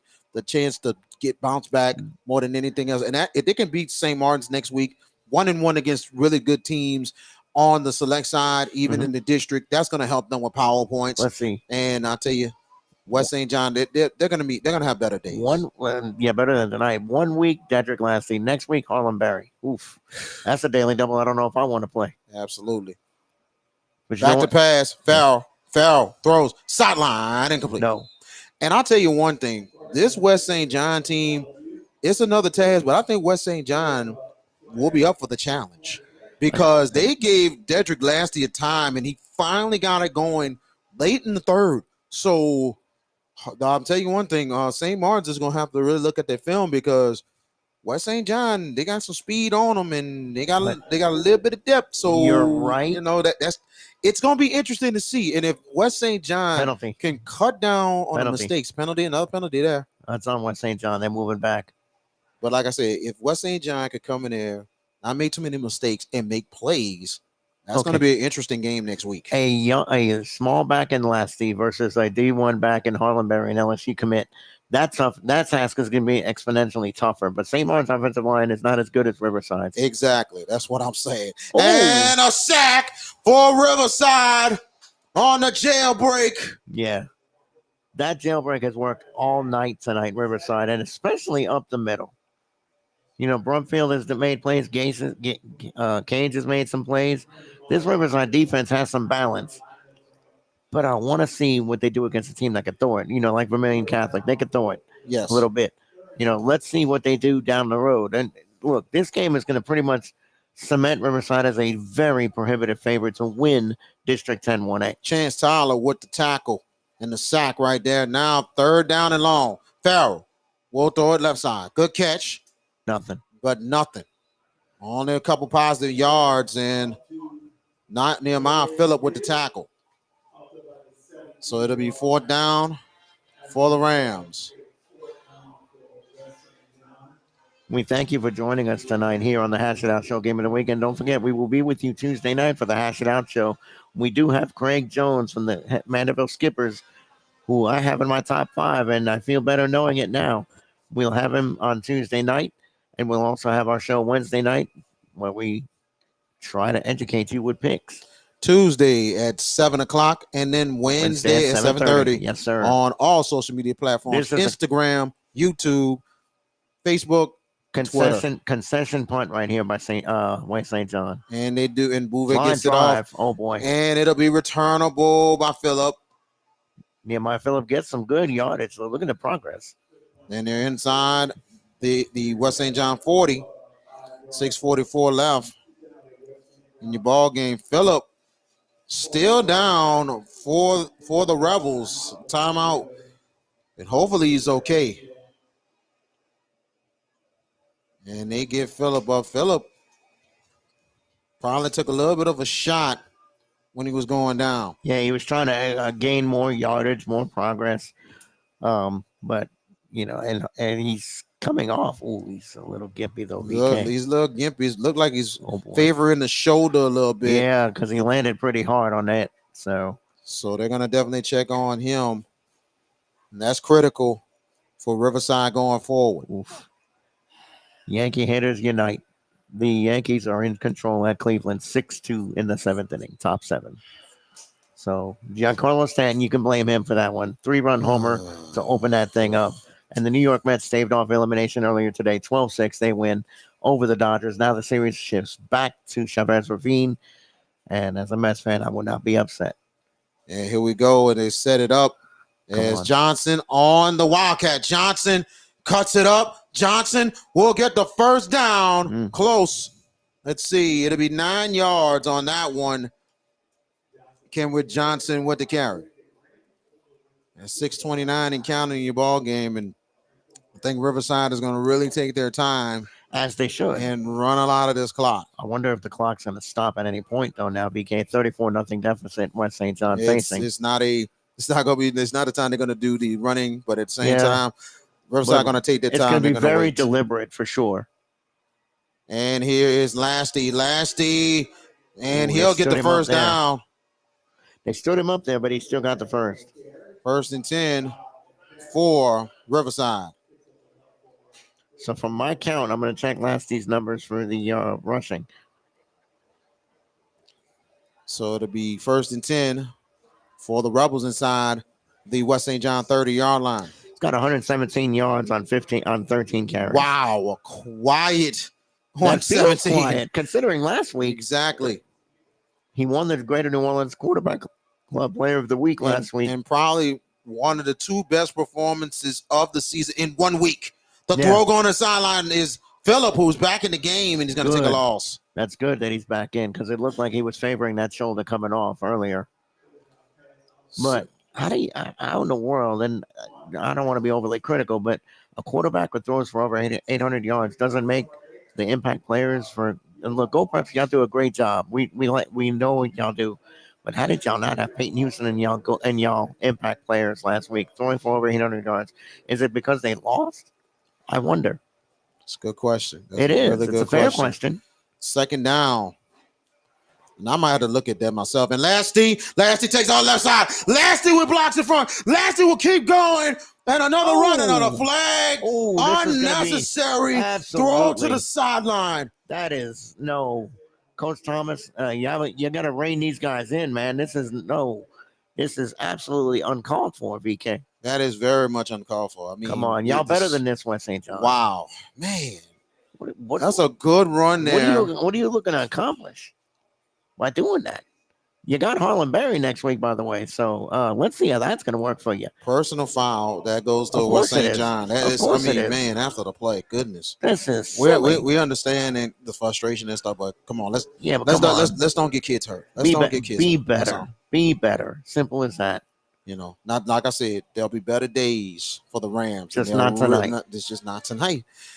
But West St. John will be a factor going forward, especially in the select side of Division 4. I don't think they're at the non-select side. Non-select side, I'm gonna say. And Lasty gets backed up, hitting the backfield, flags are down. And a flag right after the play is over. It's starting to get a little out of control. Yeah, I think these officials are going to have to step in. It's starting to get out of control. They're going to have to step in quickly. Police it. Exactly. They're going to have to talk to both of these teams and say, hey, we got 4:37. Let's get this game over with because this is we can't get people hurt. It's 4:37 to go. This might be where the referees come to the coach and say, y'all, we're running the clock the rest of the way to eliminate this kind of foolishness. Exactly. I think on that premise, they should run this clock because we've seen a couple of pretty goofy plays right here for West St. John. That's completely uncalled for. And that flag, it was one flag that was behind the backfield. And then when the play was over, another flag came down. That was in the back of the end zone. Not a good start for the local entities in football last night as the Saints got pummeled by the Broncos. Looking to recover this weekend, though. Tulane plays Rice. I think it's homecoming for the Green Wave. And LSU goes to Woo-Pig-Sooie, Arkansas. Actually, I think it's Military Appreciation Day. That's right. Military Appreciation Day. Yeah, one of my coworkers is going to the game with his wife and kids. So. And the LSU-Arkansas game, I'm going to say this. Beware, LSU fans, that is going to be a close game. Remember what happened to Tennessee a couple weeks ago. I think they beat Arkansas. I'll tell you why after this. I think they beat Arkansas, but it's going to be by the skin of their teeth. Exactly. Because it's not a blowout. No. They're favored by 1.5. For those of you that care about that kind of stuff. Okay, now they're in the Wildcat. Wildcat formation is Johnson. Little gamesmanship from Lee Roussel to get another score. Well, I mean, considering what's happened the last few. Still 4:37 left in the game anyway. It is. So, yeah, I can see if it was under 2 and it's like, hey, let's just take our time with it, just run the thing out. But let's see. It's been a lot of activity from West St. John. Too much chippiness. And here we go. First and goal inside the 5. Johnson in the backfield and handoff. Johnson goes to the right side. Let's see. He gets the surge. No, let's see. Oh, he gets a last surge. No whistle. He's going to be down inside. They're going to get him at the 2. Kenrick Johnson, boy, that guy's make it the 1 yard line. So they'll be at the 1 yard line, second and goal. Tell you what, Kenrick Johnson's going to be a real beast as he grows into this program. That kid can play. He's looking for his 4th touchdown under center. And the surge of the sneaker touchdown for Riverside. And it's Bourgeois this time who gets under center and scores it. And now 40-0. Flags right after the play is over.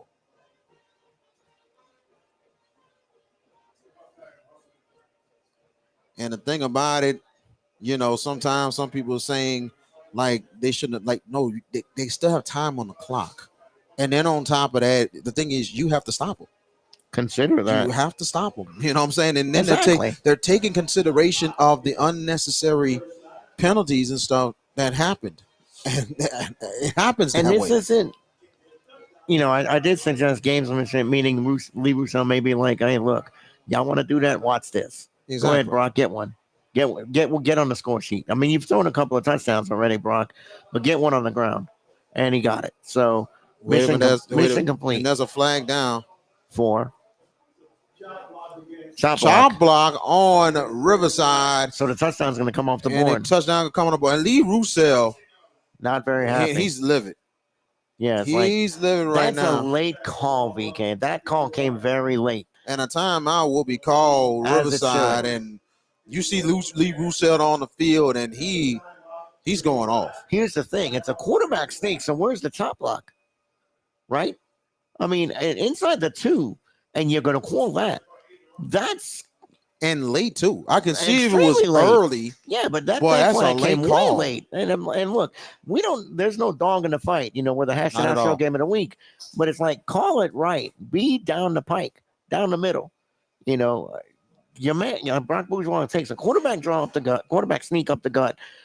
And How in the world do you have time to chop block? And I did not see I a didn't chop either. block at all. No. It's just a surge up the middle. Exactly, a surge of big and uglies. that's just all it is. A surge of big uglies. They call them offensive linemen. That's why they get the term big uglies, because they're big boys.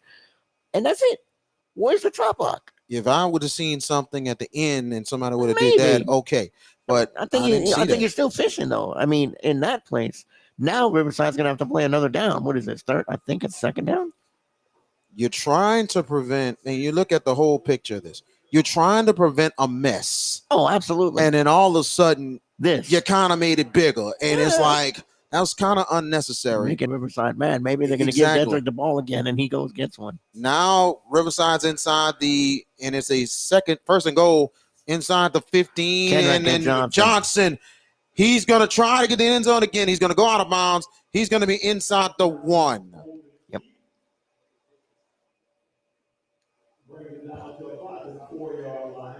It'll be down in the 4-yard line. They get they're inside the 3-yard line here. Second and goal. So 3:58 and counting. And actually, he went out of bounds, so the clock does stop. Wow. Bourgeois under center. He's going to get it now. He's going to get it now again. Surge up the middle, and that should be a touchdown for Riverside on the sneak. 3 yards for Brock Bourgeois.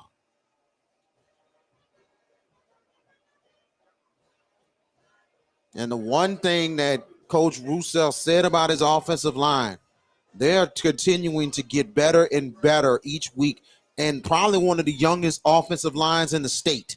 I think the Vermilion Catholic loss woke this team up and said, "Hey boys, when Coach Roussel, that was the easy message after that game 2 weeks ago, and said we're not where we need to be. Let's get better." And this is going to be a team. I'm curious to see how they play the last 3 games after tonight. They've looked really sharp. I mean, early on, with all the penalties West St. John accrued and all the chances Riverside had early, they weren't able to get the ball in the end zone. Then it was a meticulous pull away. It was very, very deliberate pulling away. Riverside has not put a complete game yet together. And when they do, that's scary. And a West St. John player is on the field. Yes, he is. Injured, and Coach Deron Thomas pleading his case to the officials. So has he come off the field yet? I'm not. No, he's still on the field right there. Okay. They're stretching him out. Probably, hopefully he's okay. It might be cramps.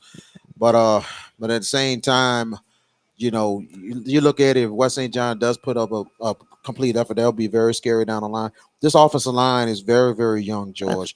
Only one senior on the line. And get this. Mm-hmm. You have one sophomore, mm-hmm. 2 juniors, and a freshman, including with the senior. No doubt. That is a young offensive line that is continuing to thrive. For this year, it's a second-tier team, I think, at the end of the day, when they get to the playoffs. This is a team that can win a game or 2 in the playoffs, maybe get to Thanksgiving, but I feel like that's the cap. I don't think it's the cap, because the thing is, this is still an experienced team that has made it to the Dome last year and could get back. I'm talking about West St. John. Oh, you're talking about West St. John. You're talking about the other side. No. West St. John could get to maybe the quarterfinal Thanksgiving weekend, but it depends on the that's if it's a good matchup, maybe they'll get to the semis. But this is a team that's gonna build for the future. They're in non-select, so non-select feels more wide open. It's wide open. That's South Plaquemines and company over there in that non-select division. If I'm not mistaken. And to me, you got South Plaquemines, and I'll tell you one thing: them and Haynesville could have a collision course. Mm-hmm. But at the same time, I think Haynesville is definitely a team that's going to be a team to beat. And also, the way South Plaquemines is playing this season. Haynesville smarting from that Dome beatdown last year to Oak Grove. And Oak Grove is not there this year. So maybe the Golden Tornado have something to say about things in that Division 4 non-select. It is an interesting employee. Look, we were kind of talking about it. Stay tuned come playoff selection Sunday. Oh, stay tuned for that. Stay tuned for that. You're right. We might decide, you know what, let's get it. and we'll put together some fearless predictions. That was the Selection Sunday last year where I pulled Mandeville out the hat to get to the semis, and they got there. And then me and Jared, we pulled Opelousas to win it. Yep. No, not to win it. Not to win it, to get to the dome. Yeah, and they beat Lutcher. They beat Edie White. Was it Edie White? Yeah, Edie White. Yes, and I think we. And then they get Cecilia and beat them in the dome. Yeah, two. They're going for two. No, they're going for the extra point. It's Roch kicking the extra point. Okay, I thought for a second they were going to run up and go for the deuce. Roch for the extra point. Snap down, kick is up for Roch, and he gets it through. Yep. 354 left in your ball game. 41-0 for the Rebels. Outcomes decided. Riverside. So we look ahead next week. St. Charles, Belle Chase. St. Charles right now trailing 14-0 to Legacy out of Texas.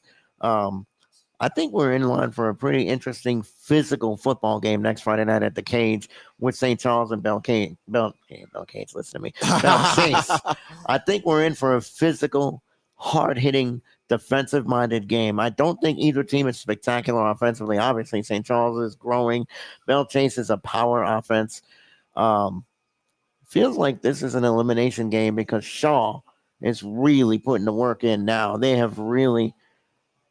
And I see our cameraman, Devin Martino. And what do we have here? We have a final from North Louisiana.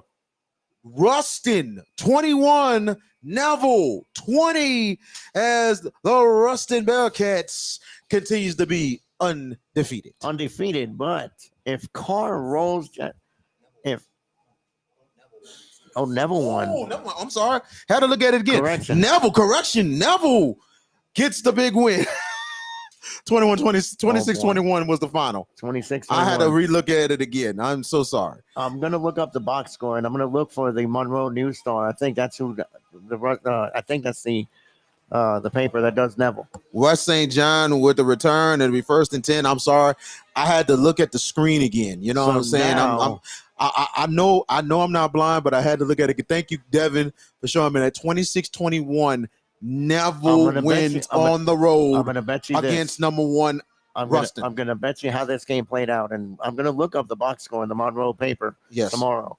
And Ruston took the lead, and Neville grabbed a late touchdown to get the win. Maybe last second. Probably so. 1st and 10 for West St. John as they start inside the 19-yard line with 3:36 left. But with this outcome pretty much decided, what does that tell you about Ruston going to the playoffs? I still think they're the favorites. They're still the favorites. But Neville has announced themselves. Yes, Neville has big time announced themselves. And that is incomplete. I would, and I'm not gonna lie to you, I hate to say it. The resurgence of North Louisiana. It's happening. It's happening. It's here. And for Neville, they have just announced themselves not just as a state championship contender, but getting their big brother name status back. One of the big brothers in the North. It is. And remember, Ruston has run things in the North in the last 3 years. Well, they won the state title last year, got to the state finals 2 years ago. So, yeah, I completely agree. But, boy, oh, boy, I'm going to catch some grief after this one. Me too. I'll explain why, because there was a vigorous discussion. Back to pass, and they throw it to the sideline. Farrell, good catch. And it's Bouvet with the catch. They're going to let the clock go. There is a running clock, so they're going to keep it going here with 2:30 left. But we had a vigorous debate, myself and Jared J.B. Boyd, and more or less my method of ranking Ruston 1 and Carr 2. That's out the window now. Edna Carr, if they handle Jesuit in the second half, they'll go to number 1. I would imagine that. Yes. But let's say Carr struggles against Jesuit, and Neville has already won tonight. Are you thinking about Neville? Are you going to jump Neville over Alexandria tonight? Oh, man, that's going to be tough. I think good run there. And then Farrell, I'll tell you one thing. He's continuing to play. No quit at all. Exactly. No quit at all for Jace Farrell. Jace Farnell, I meant to say. Farnell with a nice run. Farrell. Get that one from? Farnell. There you go, sir. Well, I'll get that right next time. Yes, you will. Yes, you will. But I got most of it right. We demand excellence, sir. But it'll be all good. We demand the best. Yes, we do. But we still thank West St. John for us coming in tonight. Very nice stadium here. 131 and counting. 1st and 10 inside the 39. You know, for Neville, that is huge for them going forward. And I don't know. They're going to move up in my top 5, definitely. And Farrell getting out of pressure. Farrell will go to the right side, but it still will be a loss. Or actually, no gain on the play. So, man, I tell you, I don't think Neville's. I don't think Neville gets the 1, but I think Neville might leap to maybe 2 with that win. What if Carr loses to Jesuit? I don't know. We'll see. I said it myself. The game will be close. Yes. And I think if Carr pulls away, it'll be the 4th quarter. So it'll be the timeout called. 1:10 left in your ball game. 41-0 for West St. John.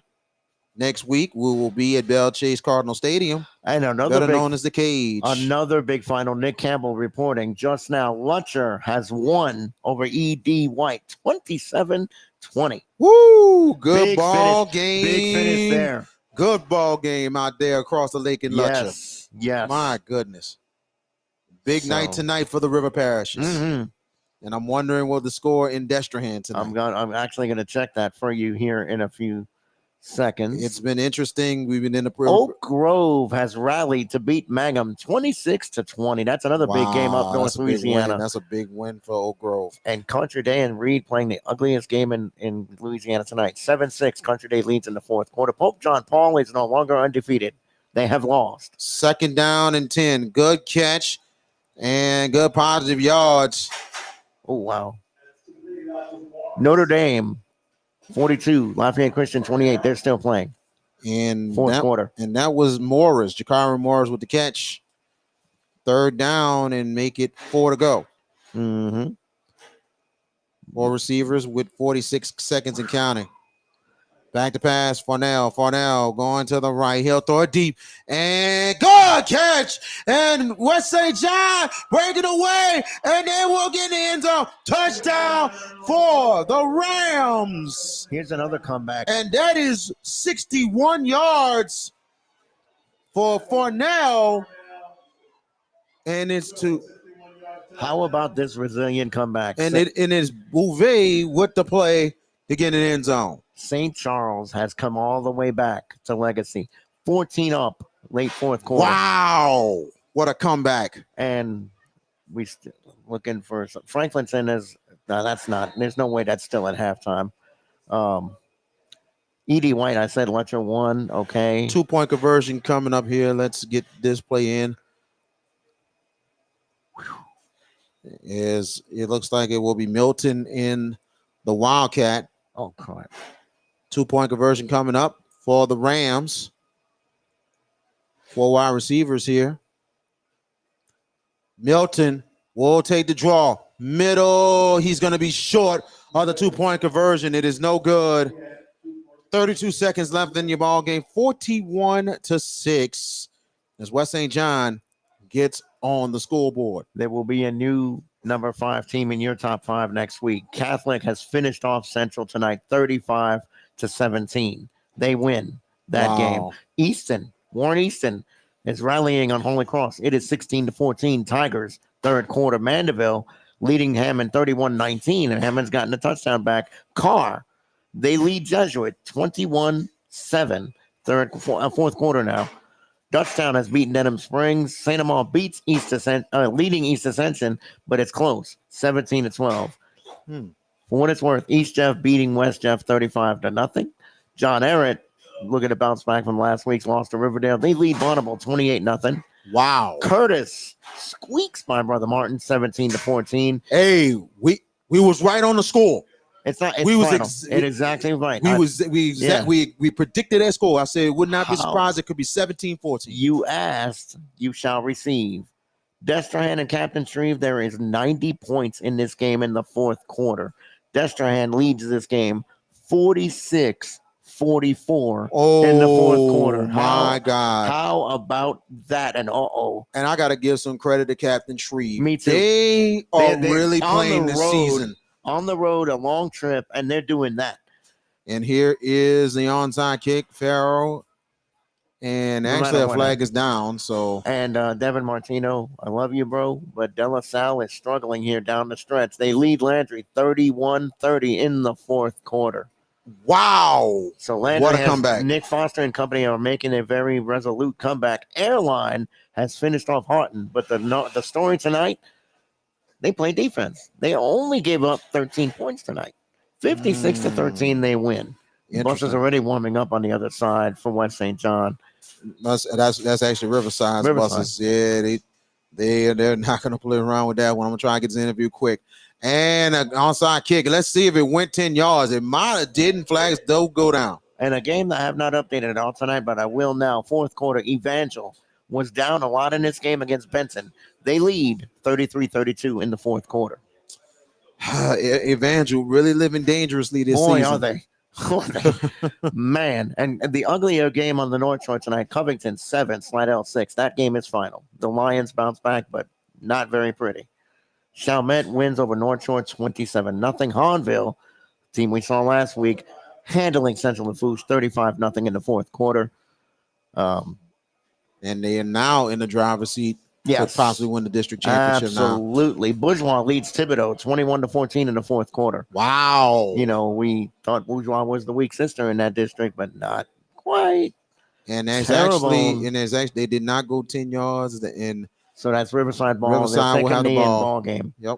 So Terrebonne has won easily over East St. John 42-8. Brandon Brown's team continues to struggle. St. Paul's rolls Ponchatoula tonight 42-7. West Monroe, a defensive fight. They win it 15-13 over Wichita Parish. Wow. So there's going to be some changes in this top five this week. Changes in the top five. Now, here's a question for you, VK. Does Ruston stay ranked or are they gone? Ruston? Yeah. I think I don't know. We're gonna take a look at it. Yeah, we're gonna have to take a very long look at it because I don't think they're gonna go. This was a top 5 matchup. It was top 3 actually. Top 3. So they might not go out, but we'll take a look. I'm definitely considering Mandeville maybe jumping, but we'll see. And the need for Bourgeois, that is going to be the last play of the ball game, and that is going to be it. The Riverside Rebels gets the job done tonight over West St. John. The final score, 41-6. Your final as the Riverside Rebels. Now they go to 4-2 on the season, 2-0 in District 10 1A. Take a big step towards winning this district. Riverside does tonight with this win. And now they're in the driver's seat to win the district championship. By far. They've got their engine revved. They're good from here, I think. I don't know how their schedule in front of me, but Rebels win big tonight. Game next week should be more defensive and spirited with Belle Chase and St. Charles. I'm looking forward to that. Being at the cage again, going back to where we started our broadcasting, calling games and whatnot.